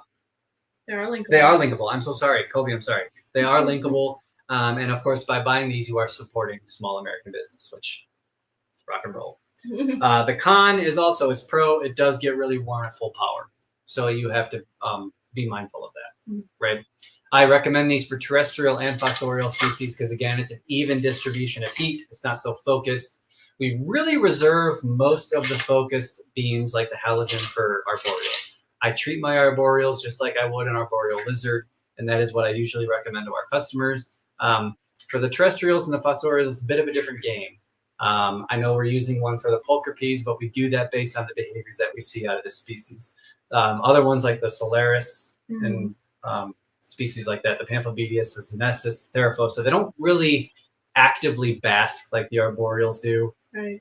It's their temperature doesn't, where they live on forest floors and lowland forest doesn't really change all that much. It's just like a lot of direct sunlight either. Yeah, and that's how they've evolved to behave. So it's like a set temperature during the day, a set temperature at night, and it really doesn't change all that much, with the exception of like maybe Mesomelis from Costa Rica, like the montane animals. True burrowing species, same with our birupies. They don't really bask. Right, You know what I mean? They don't really do that. Yeah. Real quick, Michelle Burridge, I don't know if I'm pronouncing that right. Definitely not a new keeper, 25 years, but embrace education for the betterment of the hobby. Sources of heat and light are so important for the health of the spiders. It's natural for them. Love that, Michelle. We would love to chat later about your experience. Wait, I think we've talked to Michelle. I think we have, yeah. But anyway, you've got like 15 years on us, so good for you. That's awesome. Hobbies should always be willing to learn. They look like really good quality lights. Yes. Yeah, these lights are beautiful. They're like truly a display. Larry and Cinnamon say, keep hearing 6,500 for plants. 65K is the most daylight-like color. Gotcha. Yeah, so 6,500K is definitely has the most blue in it. It's the most like white. Yep. Like midday kind of color. Yeah, I would just go with that. Yeah, I was going for a specific look with 5,500. Doesn't make any difference for the spider, really, but it just really doesn't. Yeah.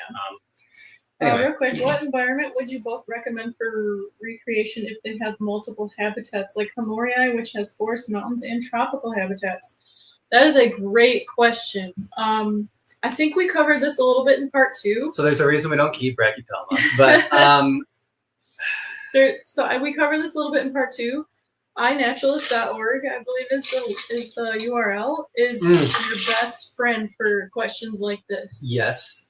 And I'm going to interject and say, in the case of Brachypelma, specifically Humidifiers, you need to go to lovetarantulas.com. That too. And you need to download Andrew Smith's documentary. Yes. Natural history documentaries are by far the most valuable tool. They beat anything that we have to say, anything that any content creator has to say. A natural history documentary shows you everything, right? Like it just shows you where they're from and what it looks like. Exactly where they're found, exactly what the habitat looks like, all of that good stuff. Yep. So lovetarantulas.com. I'm pretty sure he has the Brachycoma documentary out there. I would start there. Yes. Don't ask me about that or Jess. We don't know. Brachypelma is not our thing. It's not a thing. But iNaturalist.org will show you all kinds of in situ photos of what exactly, not like a bigger picture of what the landscape looks like. That's mostly just close-up pictures, but they will show you exactly where these spiders are found. Yep. The vast majority of them are not like moved out of where they're found. They might be tickled out of their burrows, but you can see what the landscape around them looks like. And then they'll also show you little pinpoints on the map in Mexico exactly where they're found. So you can sort of. I'm sure it's fudged a little bit because they don't want you going there. Right. But for the most part, the habitat in that little region is pretty consistent. So you can base it off of that. And you can do that for any species that is found, that is recorded on iNaturalist. Yeah. Tickled out. Yeah. Yeah, little tickle, trickle, get the spider out. Andrew, luckily we are fortunate enough to have him. He will help you out. He will tell you exactly what you need to know. Yep, Andrew Smith, lovetarantulas.com. Yes. Okay, let's talk about the cons real quick on the Thrive Ecosystems light. Like I said, it does get pretty warm at full power, and also they are not cheap. I think they're more than worth it. I think they're perfect for what they are, but they're not as cheap as like a Barrina grow light or another cheap LED. Like you're paying for what you get. Again, American made, small business. Yeah. Colby's the man. Thrive Ecosystems LED. Yes. Can't recommend them enough.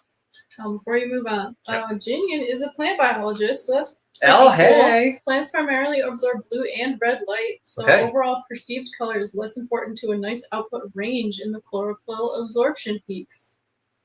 We're learning things today. You two should talk. This is now we're getting over my head.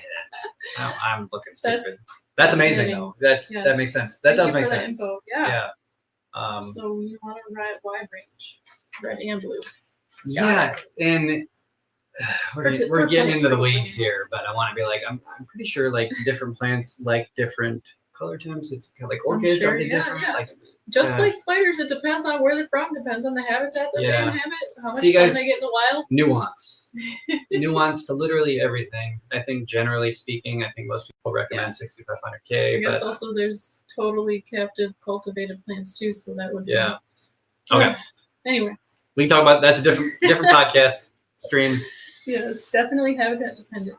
Okay, number 4 of 5 are these mini ceramics. Okay, these little mini ceramics. Notice how I didn't say ceramic, I said mini ceramic.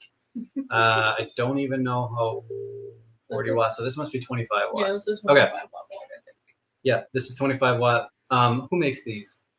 Zilla or Zoomid, I think. Maybe even Exoterra. I'm not really sure. I don't know. I did put the link in the comments. Okay, these little mini ceramics. Or link in the description, Okay. And guys, real quick before we keep going, any of these can be used in combination with one or the other. Okay, if you need a little, let's think about it. Like you can use one or two with all of them. Like they're all trying to accomplish the same thing. We do it all the time. We use in combination with our Barrinas this and the mini halogens if we're trying to get some juice. For certain species, So for certain species, just depending on what you're trying to achieve, like you are in control. So like you can use these things all interchangeably. So keep that in mind. Okay, the mini ceramics. I don't want to spend too much time on this because we really don't use these a lot. We use these in instances where like this time of year at night, we need a little more juice. So we might put these on a timer to come on at night after the lights turn off to kind of maintain a certain temperature. Again, these are mini, these are small. I think the little element in here, I'm going to take it out. This one's made by Zoomid. Zoomid, okay. And this is, I think this is 25 watts. See how small this little guy is? This little guy. You can obviously use bigger ones, but I just like the smaller ones. Nano, it might be the Nano. Yeah. Yes. Okay. Yeah. Okay. I knew that. So obviously nothing fancy about this other than the fact that it is small. Yeah. And it screws right into these little incandescent fixtures. Yeah. So the fixture is called Nano Dome. I'm pretty sure. Yeah. Yeah. We just we're just gonna focus on small right now. So like small. This is I could realistically, depending on the ambient temperature, which this time of year at night it gets pretty chilly, I could obviously put one of these, just rest it or suspend it lightly, and be okay at that 25 watts. And what we do is we use that to, if it gets too cool at night, we'll have these things turn on. We'll use a timer, turn them on at night, and just give our teas. It's not a shocker if it gets real chilly at night. There's not too many species where it can't get to 65 and the spiders aren't okay. But like if we have brooding females this time of year, which sometimes that happens, or if you're in a chilly spot, again, it gets pretty chilly at night. These are a fantastic option for use at night or during the day, in addition to like an LED light for a photo period, right? Which we haven't really even talked about this, but like we are talking about photo periods because like this is heat and light. We kind of covered that in part 1. I think both. I don't know. Tarantulas do rely on. Okay, let's just recap. Okay, we'll do it at the end. We'll do it at the end. Circadian rhythm. But wait, okay. real quick. Okay. I agree with Frank. Can we get those likes up? That would be awesome. Also, we're still working towards. This is like a shameless self plug right now, but it's our show, so whatever. Yeah. The last thing we need to do to get monetization of our YouTube channel is increasing watch time. So we appreciate all of you guys that have been here. We are always told you're not cool enough. You know that? We're always like, oh, you gotta get watched a little more. You need more likes. Yeah, it's we like, finally oh my hit god, 1,000 it's exhausting. subscribers, and now they're like, no, you need more watch time. I want to be like, I don't care. But anyway, thank you to everyone who's been watching this far. Yep. Appreciate you for sticking around. We love you guys. If you could like these videos, that would be awesome. Yeah. I'd like to know what the first botanist plant biologist thought of ghost pipes. That's a great question. You know what those are? Oh, you're over my head. Ghost pipes? Oh gosh, we gotta talk about ghost pipes. What about heat emitters? Yes. Yep, So Larry, that's what these ceramic heat emitter is. CHE. Yep. Yeah. Yep. Ceramic heat emitters. Awesome. They're great. We don't use them a whole lot. Yeah. Michelle says, all my fossorials love to bask. I love that. Especially the Calabragis, because fossorials are, I mean, I don't want to speak for the whole hobby. We don't keep a ton of fossorials, but I don't see a lot of provisional heat for fossorial species in particular. But no, because you know why? And well, they're dismissed because people just think they live underground. They don't like to be warm. They live in the dark. They live in the dark. Yeah. Dark and whatever. Yeah. But that's not how it works. Like if you look at their burrows, like they have an entrance for a reason. Usually these burrows kind of do one of these. We can talk about that later. But yeah, they definitely do hang out at the entrance when they want to get warm, specifically in the morning or at whatever time of day. Oh my God, guys, I almost forgot about my artwork. Oh, you can't even see it. Oh, I just drew you guys the most beautiful diagram. I brought it back. This was in part 1, just to show you how that works. But just yeah, like fossorials are no different. Like they want to thermoregulate too. You know. Yeah, for sure. That's awesome. Awesome to know. Yes. Hold on before you move on. Okay. Especially Calabragis love sitting out in the afternoon. Love the night warming lamp. Gotcha. Yep. Run freshwater aquarium lighting. It's the Blade freshwater since I have all bioactive tanks, and this lighting has had everything thrive. Like that, we've used freshwater aquarium lighting occasionally too. Yep, definitely. Definitely use aquarium lights. My enclosures put out a good amount of heat. Programmable. Yes, that's another good positive for aquarium lights. We should probably kind of add that as a little footnote in the description later. Aquarium lights. Yeah. Yeah. Yeah. Yeah. You can use those too. Usually, aquarium lights. It's going on the fridge. Oh yeah, we might auction this off later. I mean, I spent a lot of time on this, like really. So masterpiece. 503 says there's quite a bit of discussion in the reptile lighting groups about the quality of heat. Like the CHEs don't penetrate the way that halogens do. 100%. Yes. 100%. Oh my God. Okay, you're getting too far ahead. Okay, baby steps here. Yes, very much so. Very good point. There's a lot to that, which is why, again, the sun is God. That's why none of these things are full spectrum. They just don't. We're getting too far in the weeds. Anyway, you're right. Use a halogen bulb if you can. Says Ryan, you should have been an artist. Thank you. I should. Wait. Cinnamon disagrees and says, I don't know. You didn't even color it. Okay. You know what, guys? I have no defense. You're right. No offense to I say. didn't color it. And I probably wouldn't have colored in the lines. Michelle says, absolutely. I experimented to see what their reaction would be, and they were all receptive. That is awesome. I love to hear it. That's cool. Love to hear it. Isn't that something? That is something. I'm So catching up myself here. I'm summarizing them all for you. I know, I'm sorry I didn't color, guys. Sorry. Okay, let's move on. Okay, the pros of using these little ceramics, heat at night, like we talked about, without disrupting the circadian rhythm, or what also known as the day-night cycle. The pros are like they come in, they're small. My drink? Yeah. Oh my goodness. Let's see, small wattages, 25 watt, 40 watt, 50 watt. We're pretty sure they're dimmable. I think so. Okay, we're pretty sure we haven't done it. And they are cost effective and not very expensive for ceramics. The cons, they do not produce light. So like we talked about earlier, we'd like to couple heat and light together with one fixture if we can. These do not obviously do that. Not as much control over these like you do with the halogens. Questionable longevity. The reason why we say that's a con is because anything that is in a encased shroud like this, a heating element that's in a shroud, doesn't tend to last as long. So there's that. So the next live will be coloring with Ryan. Coloring within the lines. Yeah. That's our next live. Thank you. Perfect. I love that. Lastly, you can't like tell if this just stops working because obviously, right? So you kind of have to do like one of these every once in a while, make sure it's still turning on. So that's the cons to ceramics. Okay, we're on the last one. Here we go. Okay, so I hear this all the time. Oh, I gotta share my screen, eh? Yep, please do. All right, guys, we're gonna disappear for a second so we can show you this. So we hear this all the time. Do not heat the enclosure, heat the room. How many times have you heard that? I'm sure some of you might have even said that, and that's okay, that's fine. Okay. That's okay, that's fine. That's fine. Heat the room, not the enclosure. Okay. We obviously have some issues with that because you don't really allow them a daytime thermal gradient when you do that. That's not really how nature works. The animal, depending on what's going on in its life cycle or the species, may want to be warmer than what you heat the room to. We know lots of people just heat the room and do have success. Again, that's great. We're not going to try to revisit that. Good for you. That's wonderful. But heating the room is viable. Like I think if you can do that and you want to do that, that's wonderful. And we have some suggestions for you.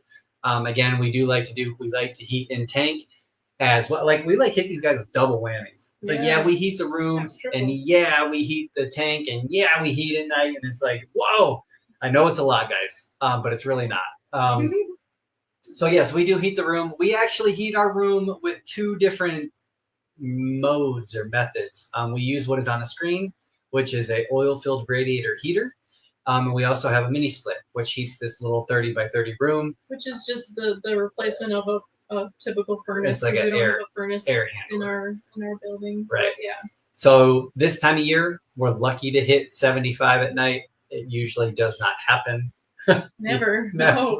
Usually not ever. 70 is usually the goal. And again, that's okay. Yeah. Like honestly, like Versicolor, we always use those as kind of like the poster child for this. Like if we had it our way, we would never let them get below 75 because it really doesn't where they're from. But a lot of species do seasonally get below that, so they're fine. We know that. Again, the goal is the next day to give them the opportunity to warm their bodies. Mm-hmm. Again, that's just welfare, right? Okay, so so heating the room. Oil-filled radiator heaters, in our opinion, are the best way to go. The unit that you're looking at here is literally like 12 years old. We have used it every season since we started this business. Today. Yep, I took that today. It looks beautiful. It really, actually, in person doesn't look all that great. But we have used this every season reliably, and we cannot recommend this enough. Notice how winter season. Every winter, usually like this time of year for like a couple months. Just to give our room a little bit of a boost. Notice there how it says set point 72 Fahrenheit. Again, we're lucky to get that in this room this time of year. But these units are by far, in our opinion, superior to most things you would use to heat a room. Like I said, this has a programmable thermostat there that you see. It's got an eco mode. Doesn't really matter. It still eats up all the electricity. So that's one con for these things. But they are safe. They are effective. It's an even distribution of heat, and I highly recommend using these. This one in particular is made by the brand DeLonghi. Again, oil-filled radiator heater. I think this one's called a Dragon. Yeah. DeLonghi Dragon, which is kind of badass. It does heat the room. They work. They're wonderful. You don't want to touch them. You don't want to put your hand on top of those vents there. Still not that hot. It's still really not that hot. It's still safe. Yeah. Still the name of the goal with these is even distribution. It's the long game, right? Many have built-in thermostats. They have an even distribution of heat. They radiate heat rather than forcing air. In return, it's much safer because it doesn't do that. It also doesn't dry out the room as much. Again, super safe. Yeah. Don't want to knock them over. Yeah. So keep that in mind. Fairly efficient for a space heater. And obviously, like the track record, I cannot say enough about these units. Like I treated this one like garbage, and it has just, without a tick, been used for the last 10 years without a problem. Now, the cons to heating the room. Okay. Or using this particular model of oil-filled heater. Sure, but I want to comment on like heating the room in general, right? Because I think everyone is so quick to recommend just heating the room. That's not feasible for everybody, right? So keep that in mind. Yeah.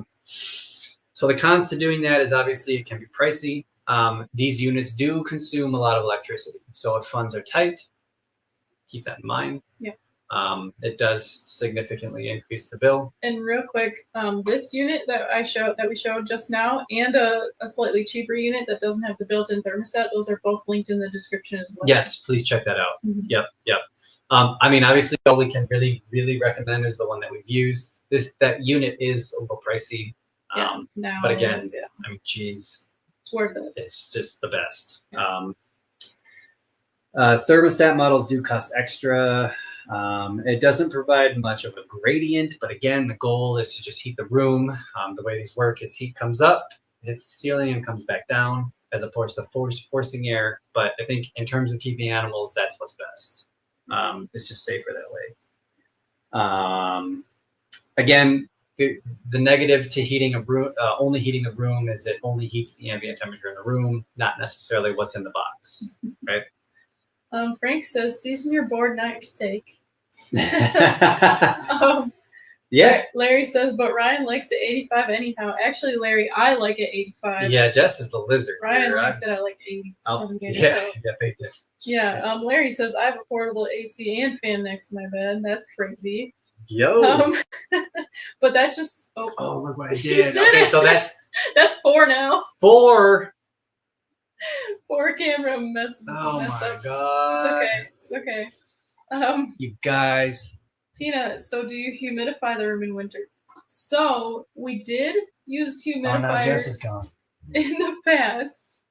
We did use humidifiers in the past. What are they called? What are those humidifiers called that just like Ultrasonics? Yes, the ultrasonic humidifiers. We have used those in the past. However, because our room here is so big, it's almost 900 square feet, right? Yeah. Yeah. We would need like a big humidifier to actually. Which I'm not opposed to doing. Right. But even this time of year, what does this say right now? I'm actually curious. It's low. I can't see it. I'll show them on the screen. So this, guys, what time is it right now? 7:30 Central. This time of year, this is what we're working with. 39%. So that's not terrible. That just went up to 40%. But well, that's because I grabbed it. Anyway, so we don't really rely on that number like for the ambient humidity in this room, and that is because this time of year we missed at least every other day, sometimes every day in certain cases, and the humidity inside of this enclosure as opposed to the ambient one out here is going to be a huge difference. Very much so. And we can get into this again at a later date, but like humidity, the number on the hydrometer is not, in our opinion and experience, is not as important as the physical water that is present in the enclosure. Yes, Jessica's right. But I do want to, okay. Please don't think by us saying that we're saying don't measure humidity. If you measure humidity, that is wonderful. That's great. In fact, I encourage you to do so. And what I hate to see, we do too. Yeah, of course we keep track of it because it is relevant. Right. There's an old garbage article that was posted that up until the last couple of years I used to see it all the time. It drove me insane.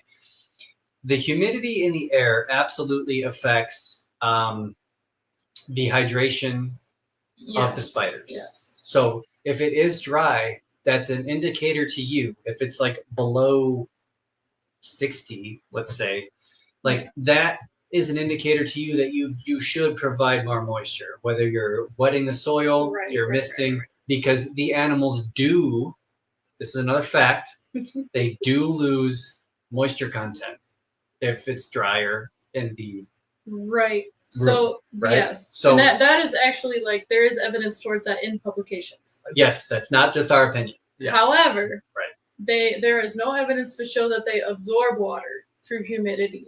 Specifically, agreed. Correct. So there's a distinction there.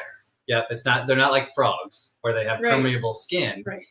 They lose more moisture when it's drier, and they need to be replenished. Exactly. Okay. So, okay. Sorry for the caveats. It's very important that we cover all of this. Yeah. So we should. I want to. It makes my skin feel better. Yeah. We make sure the spiders have their water every day or every other day. Make sure they're always drinking. Plus, on misting days, these little kiddos. We misted way earlier today, so it's already kind of dried out in this room. But when we do mist on misting days, usually it bumps the humidity up in this room 10 to 20% sometimes. Yeah. But also, one other thing is there's a lot of open space in this room. So even if we did have a humidifier that was just humidifying the room, a lot of that would just be lost to all this open space. Yeah. I would say probably 10% of it is actually like enclosures in this room. Yep. So. Yeah, which again, if you're going to take this approach and you're going to start question. doing the heating and the lighting, that will pull moisture. Yes, don't dry out your steak. That is a sin. Yeah, don't pay attention to your steaks. Don't Everyone, dry out your chicken. Pay attention to your steaks and your chicken. And your non-meat. It's okay to cook them at high temps. It's okay to cook your steak and chicken at high temps. Steak and chicken, but not your tarantulas. Pay attention. Just like tarantulas. Just like the tarantulas. Pay attention. They're just like steak.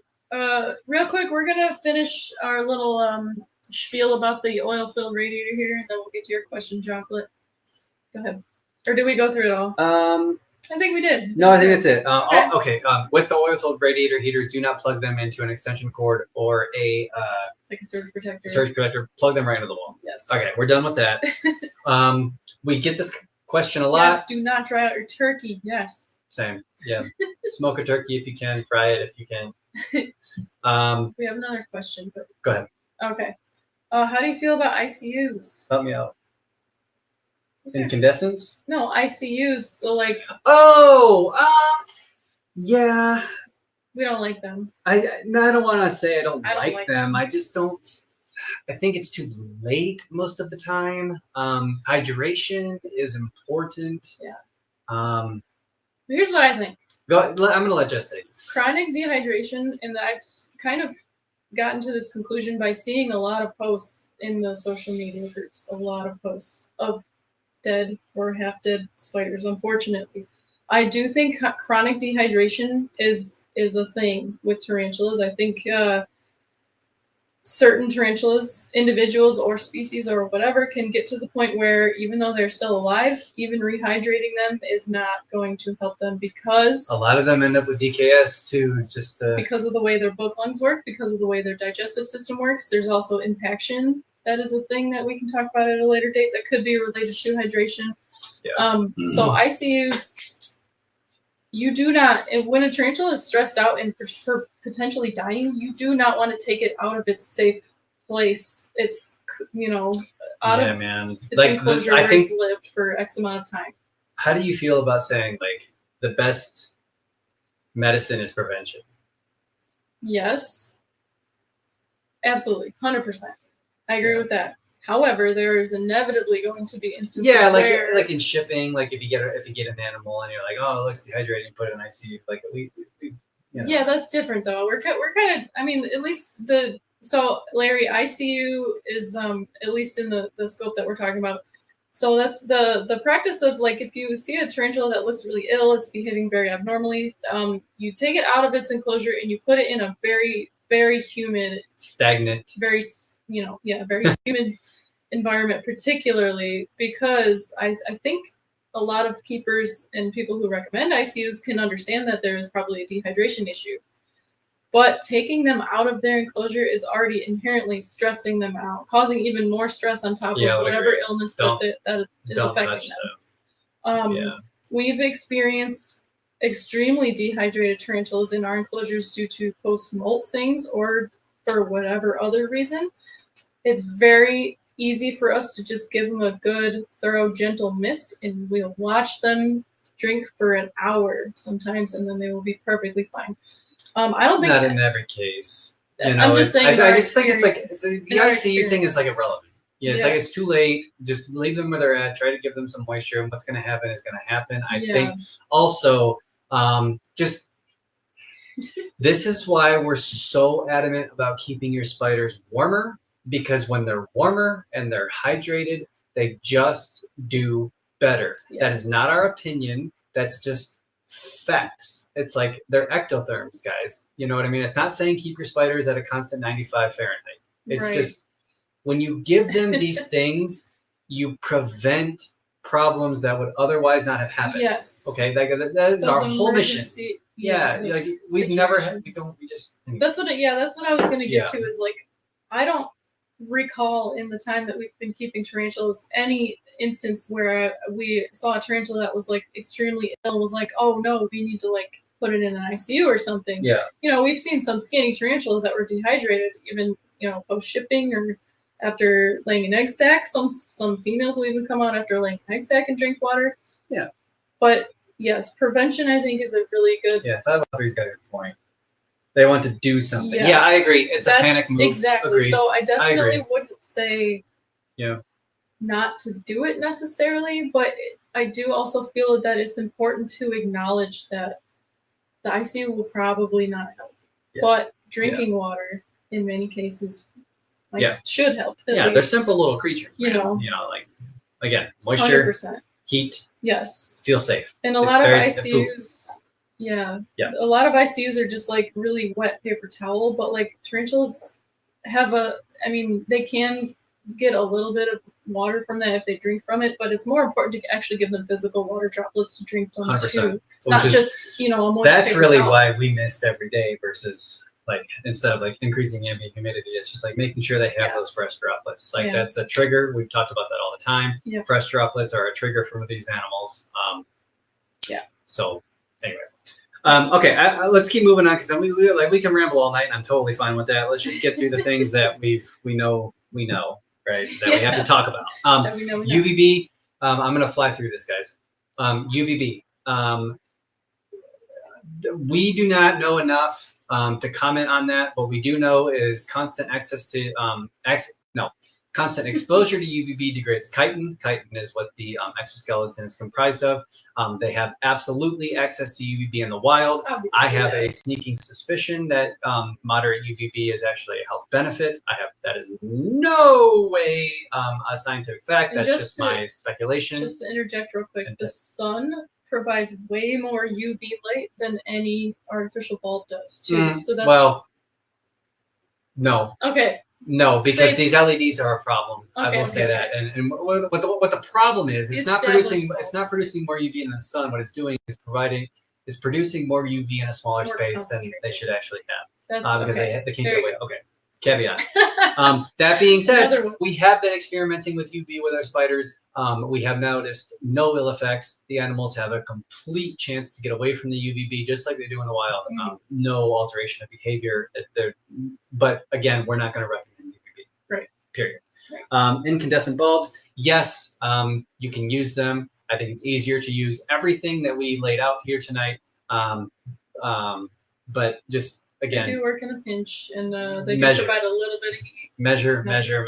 Okay. Yes. Same with radiant heat panels. You can apply them. They can be beneficial. We don't use them. You can do them. Hook them to a thermostat. Oh, and I forgot to put in heat mats in there, so you should go over that. Yep. So real quick. you guys notice real quick this whole time we have not talked about heat mats. Again, we don't use them. We will not actively recommend them to people. They need to be used with a thermostat. Also, heat and light to us go hand in hand. Mhm. You can use a heat mat. We've done so before in the past safely. You just slap it on, preferably glass. Probably not acrylic. Preferably the side or the top. Yeah. You can also you can make these nurseries, which we're going to talk about here in a second. You can use those with, but we don't really recommend them. I think that's that. Okay, so with that, devices to help control temperatures. Now, in addition to heating the room, if you cannot buy an expensive device to heat your entire room and you simply cannot afford that, Jess, you want to pull up a grow tent? Yeah. We do not talk about this enough in the community, not just Marshall Arachnids, but the community itself does not talk about grow tents and how fantastic they are. Let me talk about a grow tent. These are used to grow plants of all types. What it is a canvas material that has a metal framing on the inside with a canvas wrapped around it. These little things, if you notice, they've got little ports in there. They're wonderful. I wonder if they can hear the frogs. Oh yeah, the frogs are calling. If you hear the squeaking, the frogs are calling. Sorry guys, I'm trying to ramble through this. So grow tents are a fantastic tool. They come in a number of different sizes. This one is made by Gorilla Grow Tents. I think this is a 4x4x6. 4x4x6. They also AC Infinity is a brand that makes them that I'm pretty sure can fit on a desktop. And Vivo Sun. Vivo Sun makes one. Why I bring these up is because they are an insulated canvas material that can sit in small spaces, or they can be so big you can walk into them like a room. Mm-hmm. You can climate control these. So if you live in a cool spot and you've got a corner or a desktop or something that you can put one of these on, you can create a microclimate in these Gorilla Grow Tents. We did so before with our Dinopus. We're housing a reticulated python in one. But the point is you can fit racks in these, you can fit shelves in these. They're fantastic. You can grow plants in these. You can definitely raise slings in these. If you need to use something in a pinch and your rooms are too cold, these you can insulate. You can heat them with heat lamps, all sorts of things that we talked about tonight. And it just keeps temperatures stable. Yeah, Genius. They're wonderful. Definitely, I think the grow tent was popularized by that community. We love it. By this community. Yep, they know what they're doing. Yep. But we started the zoo community has started embracing these. They're fantastic. I cannot recommend them enough. Yes. Most of them are pretty affordable. I will say, and I don't hear this talked about a whole lot when people talk about nurseries, which is just basically taking a box and then putting multiple enclosures inside of a big box and then heating the box. You need to provide supplemental airflow in the boxes. I don't care if it's a cabinet. I don't care if it's a 20-gallon aquarium or a grow tent. Use a little fan, a little USB fan, something to circulate airflow, and a CPU fan. Again, all of these companies usually sell these little fans. They're just really small little fans. If you need help with that, you gotta quit doing that. No, it's fine. Dang, I was so. No. Oh man, I was on a roll too. There we go. Okay, we're gonna keep going. Use a fan. Use a fan. Smart plugs. These are fantastic if you guys have a lighting or heating element. It's probably gonna do it again. If you have a lighting or heating element, you can buy smart plugs. These things hook to an app on your phone. You can monitor temperatures when you pair them with this little guy. This is what I've been showing you guys. We use these all over our room. It's gone up because I've been rambling so much. Links to all these things are also in the description now too. Why smart plugs are fantastic is because if you're out and about and you're on vacation and you notice that in your room or your nursery or something the temps are getting too warm, you can simply with one click of a button turn off the heat elements. And guys, why we're stressing this is because we need to, when we're talking about this with any species, specifically tarantulas, because this is such a problem for some reason, we need to avoid accidents. So there's technology these days that's not expensive and you can just simply avoid accidents. right? So smart devices are fantastic. Smart plugs, there are many different like random Chinese brands that pop up from time to time. They're all pretty much the same quality, same manufacturer under a different distribution name. I do have one linked in the description for those. You can turn these off non-remotely anytime, which is very convenient. This is the Govee brand, Govee, and we have been using these for at least 4 years. Years, bro. And they still have these awesome little devices on Amazon. It's also linked in the description. We love these. Yeah, these will report to the app on your phone. Let me bring it up. Yeah, go ahead. We check. I literally just get so annoyed at me. I tell her all the time, can you check temps at home? Check temps at home. Check the temps. At least every single time we're away. Yep. She gets annoyed. So I'm going to keep going. So this is, let me see. Where's my camera? See if you guys can see that. It just tells you the device. I've got both of my little devices on there at all times. It tells me the current temperature. Oh, show them the spikes. Yeah, it'll give you the entire history of the device, the temperature and the humidity. It's going to take a second to buffer here. You it shows you the rises and falls. I don't know if they're going to be able to see that, but maybe. Let me see if I can get that to load. Yeah, there you go. Look at those cute little graphs. You can watch trends in your room or in whatever space that you're measuring the temp and humidity. Very convenient. And pretty cheap, too, for a little smart device. Hopefully, Bluetooth guys. And Wi-Fi enabled. Yes. Hopefully, like, none of this has come across to you so far as complex. It just, it's just hopefully we're explaining this okay. It's a lot, but it's not complex when you really think about it. Like, none of this is hard. Exoterra just released a fan as well, but a USB fan is much cheaper. Gotcha. Yep, these little CPU or USB fans, they're super cheap, they're super quiet, and they don't vibrate a whole lot. Guys, when you position fans, you don't like touch the enclosures like this just to make sure they're not vibrating, because you could imagine for a little walking super sensor like a Tarantula, like constant vibration problematic. So just make sure that fans aren't vibrating. Janian says so much hardware I had no idea about. Oh, good. Okay. Well, good. All right. So we're all learning together. This is great. Another one. Obviously, we talk about this all the time. All our videos. It's super annoying to everyone, I know, but this is just how we don't make mistakes. These are temperature guns. They're very cheap. Links in description. Power strips, surge protectors. Please use those. Again, do not plug oil-filled radiator heaters or any kind of heater that's not a lamp into a power strip. Timers. No. Okay. Yes. Also timers. They can be digital. They can be analog. Put your lights on timers. Tarantulas. Again, we talked about this. They rely on circadian rhythm for the behaviors. Yeah, I hear this all the time. Yes, they are nocturnal. Nocturnal animals rely on the rise and fall of the sun to be nocturnal animals. And I don't even know if I would call tarantulas nocturnal. They're more crepuscular than anything else.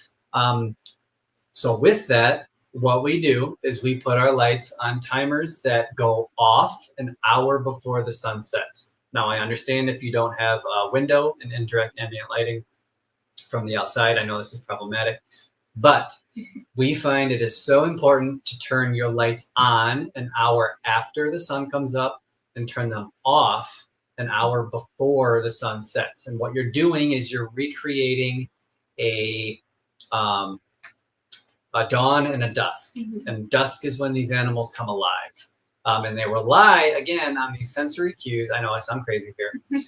I got to get this right, though. They rely on these sensory cues to be tarantulas. So when the sun comes up and the sun goes down, a lot of different things happen. Color temperature, we talked about that a lot tonight. We talked about actual temperature. Those things change. Humidity changes. That goes up and down. And if you notice, you can do this at home. You can go outside. When the sun starts to set, which is when animals come out, like nocturnal animals come alive, you notice a lot of things happen. It gets more humid. The color temperature changes. The temperature decreases. The prey, especially like mosquitoes, like if you're in North America, mosquitoes come out. They're annoying as hell. Things happen all around the world when this phenomenon occurs, right? So to think that these animals are not honed in on this change is simply incorrect. That is their life, right? So what we try to do as best we can, I know it's complex, We just try to give them that dawn and dusk. And I'm telling you, Jess and I can sit in this room when the lights turn off. We can count the seconds before we start seeing legs come up and out, right? So that's what we recommend. I know it's a lot, but the more you know, right? So your spiders cue in on that. And I think all that does is just kind of speak to there's more going on. Just how sensitive they are. How sensitive they are. Yeah. To a lot of different things. Yeah. Yeah. Okay. Hold on. Okay. When June made it, welcome when June. When June, that was your purge, bro. Yeah. Yeah, sorry, when June, we were Got busy. the notification like 15 minutes before we went live. Yeah. Ashley, I used to monitor the freezing temps. Used those to monitor the freezing temps in my garden over winter. Never considered them with my spiders and reptiles. Yeah. If you guys don't mind, I'm gonna go ahead and just like turn these off. I like feel really bad. Like these guys, like we've kind of jeopardized that whole dawn dust thing for these guys. That's okay. Anyway, yeah, we're already past it. Okay, so there's that. What about digital analog thermometers? Thermometers, yes, you can use all. We kind of showed you what we use to monitor ambient temps. If you want to monitor tanks, in tank temps, go ahead. We never say don't measure. I think that's poor husbandry advice. If you're very interested in what's going on in the tank at all times, find a probe, find a thermometer, throw it in there. Not an analog thermometer though. Those are very consistent, or not. They're very inconsistent. Yeah, you want a pretty digital one, universally inaccurate. Yeah. Get a digital one. Use a digital one. We have such a large seasonal difference in dawn dusk times here, which doesn't reflect the day period where the tarantulas live. Will you still recommend sticking to the local sunrise and sunset times? I do. I recommend, and we actually we do that both for not just dawn and dusk periods. Like we go off of what's going on here because this is where the spiders are, so we do acknowledge that. It's just easier to do it that way. We also recommend doing that as far as like if you're cooling and if you're trying to simulate a rainy season, go with where you live. For us, it's April and May are the rainy seasons. That's when we pair most everything. That's when most everything here is receptive. They're honed in on that by far. So yes, go with where you live and try to simulate that naturally. Yeah, that circadian rhythm kind of thing can be manipulated a lot more than something like thermoregulation and temps can, for sure. Yes. Yeah. As long as you're providing them with a minimum of 8 to 10 hours of daylight to rest, and then the same thing at night to do the thing, whatever night things they do. Yep. It's fine to and they absolutely adjust as far as that is concerned to like your environment, but like what I would say is like don't stretch it. Like what we try to do, like this is the only exception where we have a light on in this room. For the most part, we're on when the lights go out, we have headlamps on. Yeah. Like we don't turn lights on in the room. We don't disturb that day and night cycle. We have headlamps and we try not to disturb them. We are tonight for you. So this is all your fault. Yes, Larry, if you're in like Alaska, you probably don't want to provide your spiders with 20 hours of sunlight. No, don't do that. Yeah, what's the daylight amount in Sweden? I'm actually not familiar with Scandinavia this time of year anyway, but that's a little bit more nuanced in those regions of the world. Let me truck along here. Okay, so we're nearing the end here. What not to use. We usually don't recommend forced air space heaters, so heaters that blow like air and rotate. Typical space heater. I've personally experienced a lot of problems with those. They're more inefficient. They dry things out way faster. I don't recommend those. They can cause fires. They use a lot of energy. Very unsafe. I don't recommend necessarily for most instances using bulbs over 50 watts. It's just safer that way. I'm just trying to cover my ass here. I don't recommend that. At least for a typical like 12, 18 size enclosure. Yeah, and again, if you have to suspend something to heat multiple things or an area or a grow tent, just use your brain. But I'm going to cover my, measure. Just going to cover my ass here. I tend to limit it to 50 watts. Mercury vapor bulbs or any bulb designed as a reptile basking light, just because, again, mercury vapor and metal halide are producing UV. They're very hot. They're very large. Just don't recommend those. Not made for small Bavaria. Also, meatballs. Yeah, hell yeah. I did a lot. I don't want meatballs. You're making me hungry. Yeah, stop talking about food, guys. Jeez. I'm hungry. Swedish meatballs. Talking about brining turkey and stuff. Keep going. Okay, propane heaters. I don't know, propane. You know, like. Yeah, you know. I don't know. It's getting late, guys. We don't use propane heaters. We don't. I would just recommend. Yeah, I'm sure I don't know. Like, them, if you've ever been in a room with in the use of propane heaters, you can like smell residual propane, and that it's just, I don't know if it's in the air and we smell it. Like that can affect any animal that you're keeping. Just go with a tried and true product, like an oil-filled heater for sure. I know there's some measurement. I can hear someone in the comments saying there's like some measure in which like propane is not a byproduct. 503 is just putting enchiladas in the oven. Oh, chicken, beef steak. What do we got? No, stop talking about food. Shrimp scampi. It's past dinner time. It's like Ryan's bedtime, but I'm getting hungry. Yeah, this is when Jess comes alive. This is when I die, and Jess just decides I'm going to eat everything. I'm going to play video games. Actually, not crepuscular, just nocturnal. Yeah. All right, go ahead. Jess gets to see all the Dinopus, the ogre face spiders, like laying eggs and stuff. Like live. I like go to bed. Chicken and cheese. Nice. Can't go wrong with that. This is stressful. Okay, guys, so we're reaching the conclusion here. We're 2 hours in. While we're going through our little concluding thoughts, feel free to ask any burning questions now is the might time. still have. Or, if you guys are viewing this after the live, please leave them in the comments. Yes. Guys, please share this.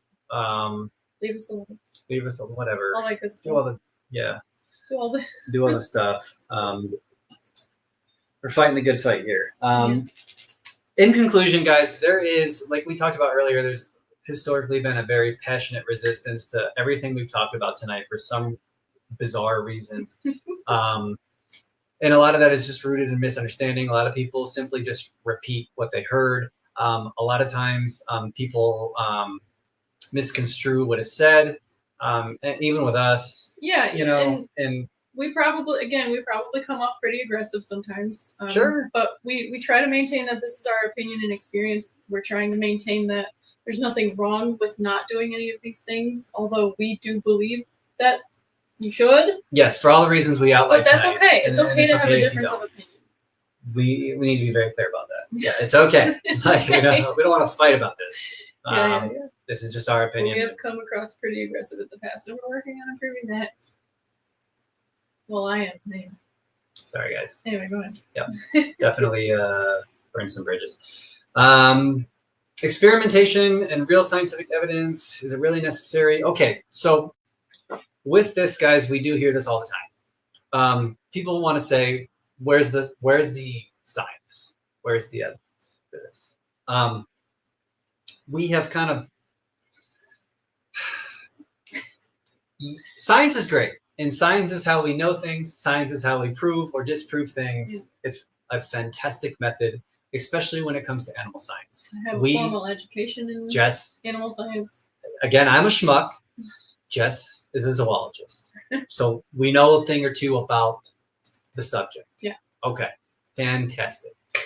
The question we have for you, for the community, is science, as you deem it so, is that really necessary for what we're talking about here? And what I mean by that is, do we need a publication? Do you need a publication? So let Jess explain this to you, right? Because to do this experiment, to give you hard evidence, let Jess explain to you what has to happen. Yeah. So if you're not familiar with like scientific publications, it requires an extreme level of control of everything: environmental, prey items, enclosures, the species, the ages, all of that. Which has been done, and I will say has not been done correctly, because there's already scientific. I'm going to let her talk about it, but I'm just going to say, like, people have already done this, and it is like. Yes, exactly, Jen. Bad. So anyway, keep going. Yes, exactly. And like Jen said, it would take years, because these animals can take years to grow. And that stuff is expensive. No. But what has to happen to prove this? Tell them, like, scientifically what has to happen to prove that You know what I mean? Prove that something that doesn't. Yeah. So like, what has part to of that kind of experiment, like showing evidence towards heat in a positive correlation to behavior or health or whatever you call it, would involve. Are you talking about like the moral? Yeah, the control and like so subjecting. And that would all also that would involve subjecting a good portion of the spiders that would be under that experiment to like no heat conditions and whatever ambient temperature we determine in that experiment, which is not. That's a moral problem for us as keepers and like biologists, biology hobbyists. Yeah. So there's a conundrum there. A lot of it. It's expensive. It requires a lot of time and a lot of just everything. And okay, again, I'm not a zoologist, but you would want to prove something that I'm sorry if you just use your observational skills and your eyeballs, you don't need to prove what the animals are reacting to. Right. Okay, like you just don't. Like we know what they are. We know that they're right. And again, this is just, I'm talking to people who just think that this is unnecessary. Okay, because we know what they do. Again, and if you haven't, guys, I highly recommend like experiment with this and watch what your animals do. Yes. I'm telling you right now, it's going to blow your mind. It will shut down any false whatever pretenses you might have. You don't need to be a scientist. You do not need to perform this in a scientific way to prove that these animals thermoregulate. They rely on circadian rhythm, and it is of benefit in some cases to them. Okay, yes. Like you just don't have to do that. And like we kind of mentioned at the beginning of the video, anecdotal evidence, which is exactly what we're talking about, how we're able to observe them in our homes. And like we mentioned, there are people who have anecdotal evidence for across many years that providing no heat has worked for them. That's great. That's still anecdotal evidence. It has its place in science. Definitely. But you also, if you're going to acknowledge the anecdotal evidence to that point, whereas providing no heat is just fine, you also should accept, or at least be open to accepting the opposite of that, our anecdotal evidence. That is, when we do provide heat, we see positive changes. Right. So welfare. All of that to say, is the formal scientific experiment worth it, or is it necessary? Yeah, not worth it. It would be worth it, but would it be necessary?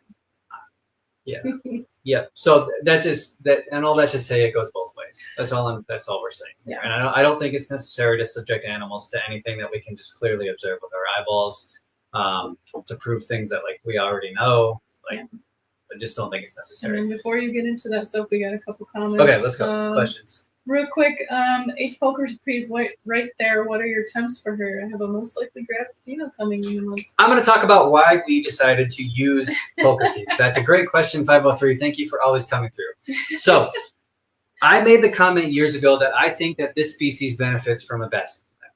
Made that in like a social media. A social media post. I just said I think that this comment, right? Yeah, something stupid, something ridiculous.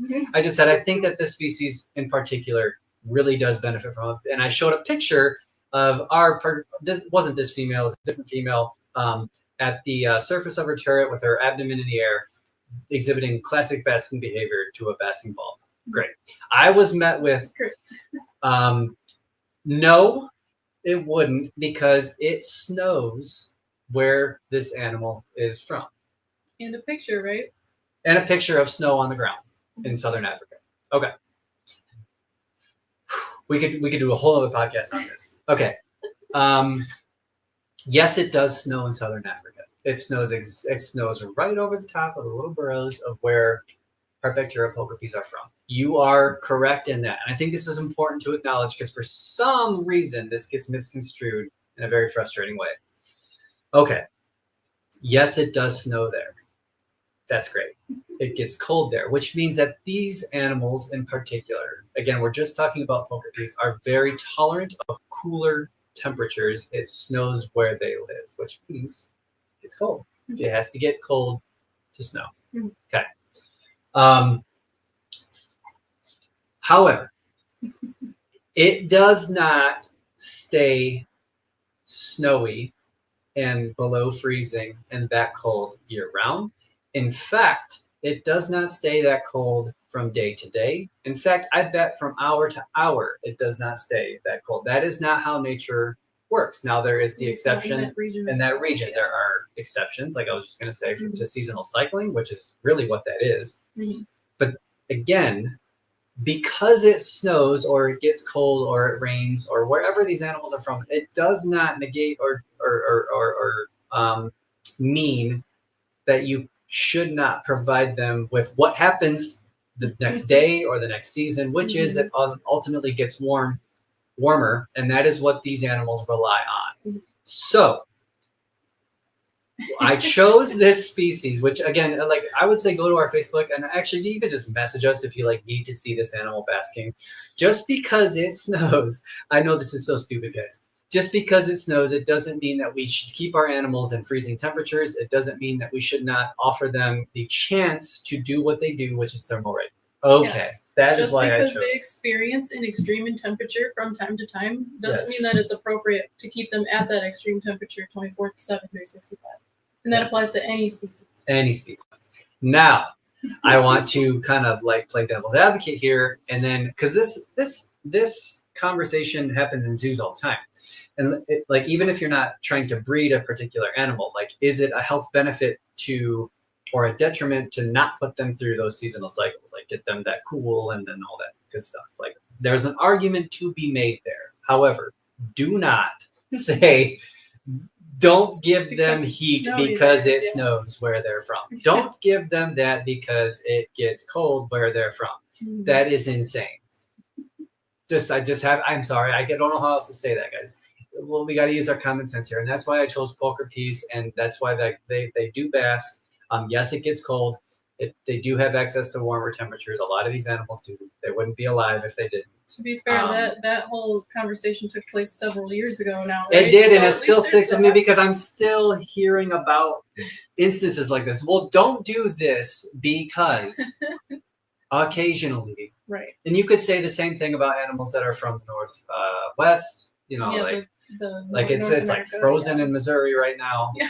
That's like saying, well, don't give your coyotes or whatever the opportunity to warm itself because it snows sometimes. Anyway, I rest my case. Okay. To answer your question 503, I don't know the exact temperature.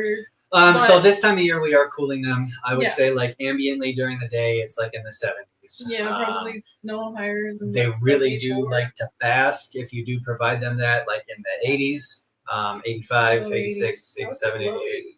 Yeah, they will take advantage of that. With poker peas, I do recommend more soil than not. They do behave like they are fossorial more than anything else. Where they're from in Africa, it's very open. There's not a lot of trees. There's just a lot of gravel, a lot of sand, a lot of clay. And what they do is they make, by these little like rock formations, they make little turrets, little burrows. So they do. It's open. They have constant access during the day, unless it's cloudy, of course, to sun exposure. It does get cool. They're very tolerant.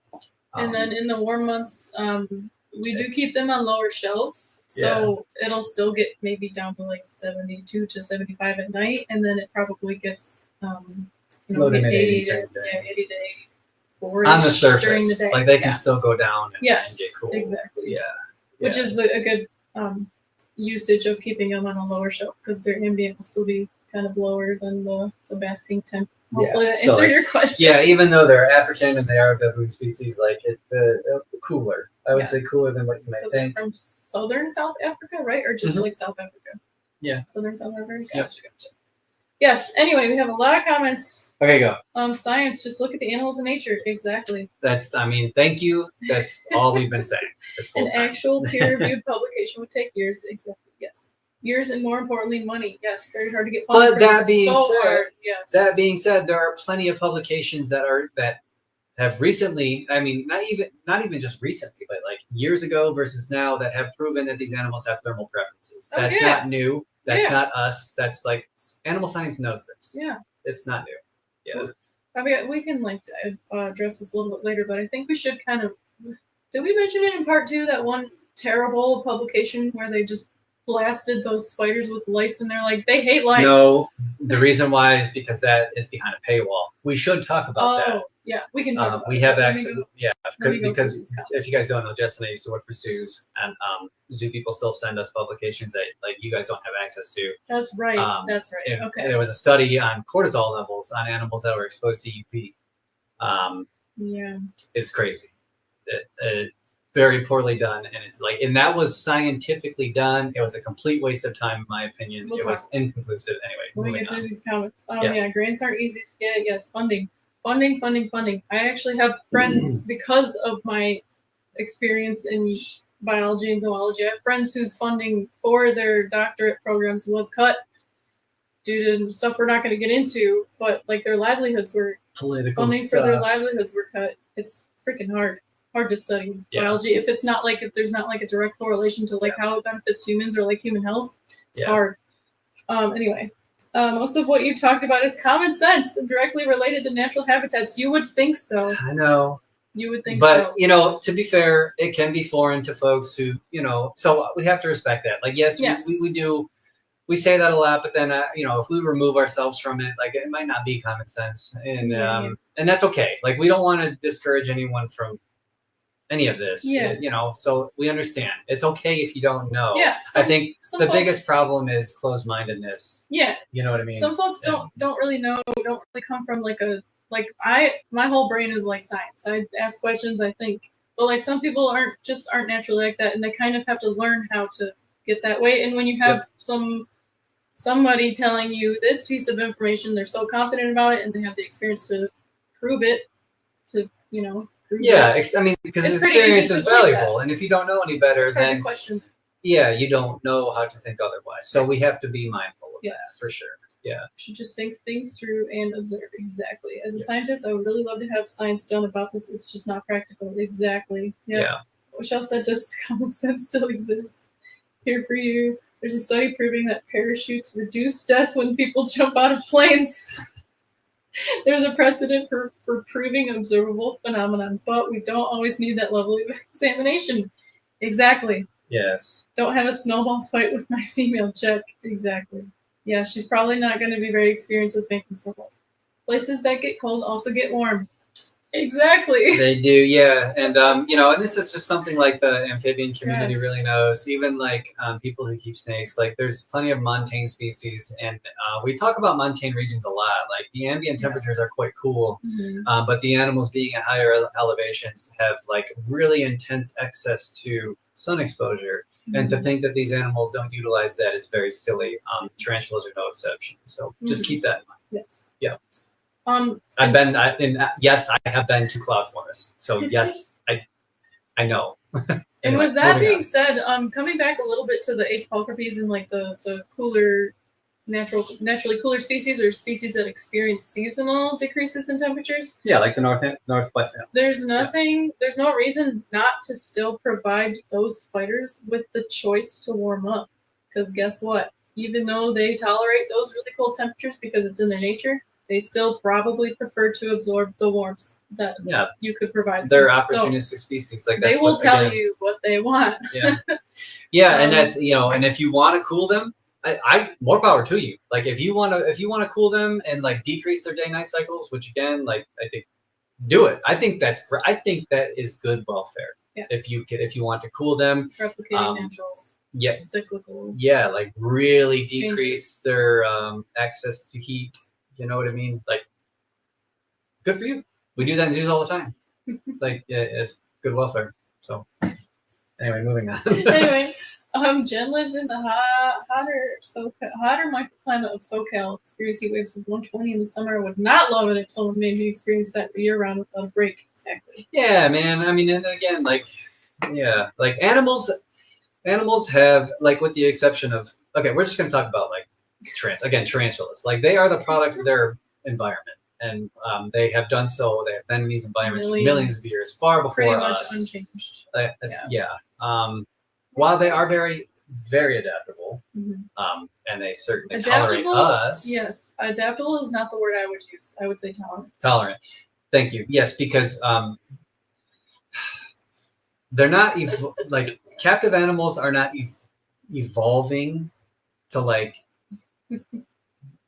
live with us. That it's too soon. That's not how evolution works. Yeah. You know, so like I've heard that theory, and especially for an extremely primitive animal. Yes. That doesn't. Yeah, that's not how that works. you know, but I think that's also where a lot of this comes from, is like the animals do survive, some of them, and they are very resilient. They're very tough animals. So we get away with a lot. They tolerate us. So I think that's where a lot of these misconceptions come from. But again, behavior is a language, and if we watch the behavior that we observe when you provide them with this stimuli, it's pretty telling. It's pretty evident what the animals want, and they're opportunistic. So why not give them that? They get it in the wild. Why not give them that? I mean, it's such a simple concept. Show this picture one more time while we're talking about that. The picture of Kirby. Oh yeah. Promise they will tell you what they need or what they want. I mean, I mean, seriously, I don't know. And you know, she's not the only one we see this with. I mean, again, guys, you know, we do have a little bit of a bias in the sense that we work with a lot of avics and a lot of pokies and a lot of tropical species, right? I mean, we probably could provide for a lot of, you know, the animals that do experience cooler cyclical nature, but we just choose not to. That's not what we like. But we're showing you what we work with and what we like and what they're responding to. I mean, guys, we have just like countless years worth of footage and video. That's not to dismiss people, again, who don't do any of this and still have success. Again, we mentioned this earlier. That's great. We just want to shed light, no pun intended, on this approach because we see results. And we judge everything we do off of what they do in nature. And we are trained to try to replicate those natural behaviors, and that's what we're doing here. So I think in conclusion, guys, we're going to wrap this up. You guys are amazing. We love you. Thank you so much for your patience. Yes, thank you to everyone who stuck through this whole thing. Well, I know this is crazy. I'm so glad that we actually people hanging out. You guys, you're incredible. And again, if this is new to you guys, please don't be discouraged or dissuade. I mean, if you guys want, like literally, if you want to call me and we can talk about this at any time. Not me. You'll talk to me. If you email, you'll talk to Jess. That's how that works. Again, I know in part 1 and part 2, I definitely came off a little defensive. Hopefully, we kind of shed light on maybe why. Yes, and once again, if you haven't watched either of those, please go watch part 1 and 2. Yes, it's so cringe. I hate watching. Part 2 is pretty cringe, but part 1 is good. Yeah, we had no direction in part 2. We're just like trying to like talk about something we have no. Yeah, we were nervous. I was nervous. I didn't want to be on camera. Hated it. I was talking over Jessica. Oh shoot. Hey, there's some spiders over there. That's all right. We're gonna leave. We're gonna run. Let's sit up again. That's like 6. So if anyone said 6, you are correct. Yeah. Wait, was it 6 or 7? I screwed this up. I said twice. I was thinking it was gonna be 0, but yeah, that's okay. Oh, well. Everyone all right. Thank you guys so much. We love you guys so much. I'm gonna stop this thing from moving. There we go. All right. Not on my face. I nailed it. You guys have a great night too. All right. We'll be back with more content, guys. I don't know what we're gonna come up with next. Yeah. There's so much we can talk about. So if you guys want to hear anything, if you want to hear anything, let us know. But we have an idea that we are not going to get into right now. But we do have an idea. We've always got some ideas. So a good juicy idea. All right. Yeah, he's taking over. Hey, dude. It's a cool camera, but good grief. Yeah. All right. Thank you all so much. Love you guys. We'll see you at the next stream. Bye. Night.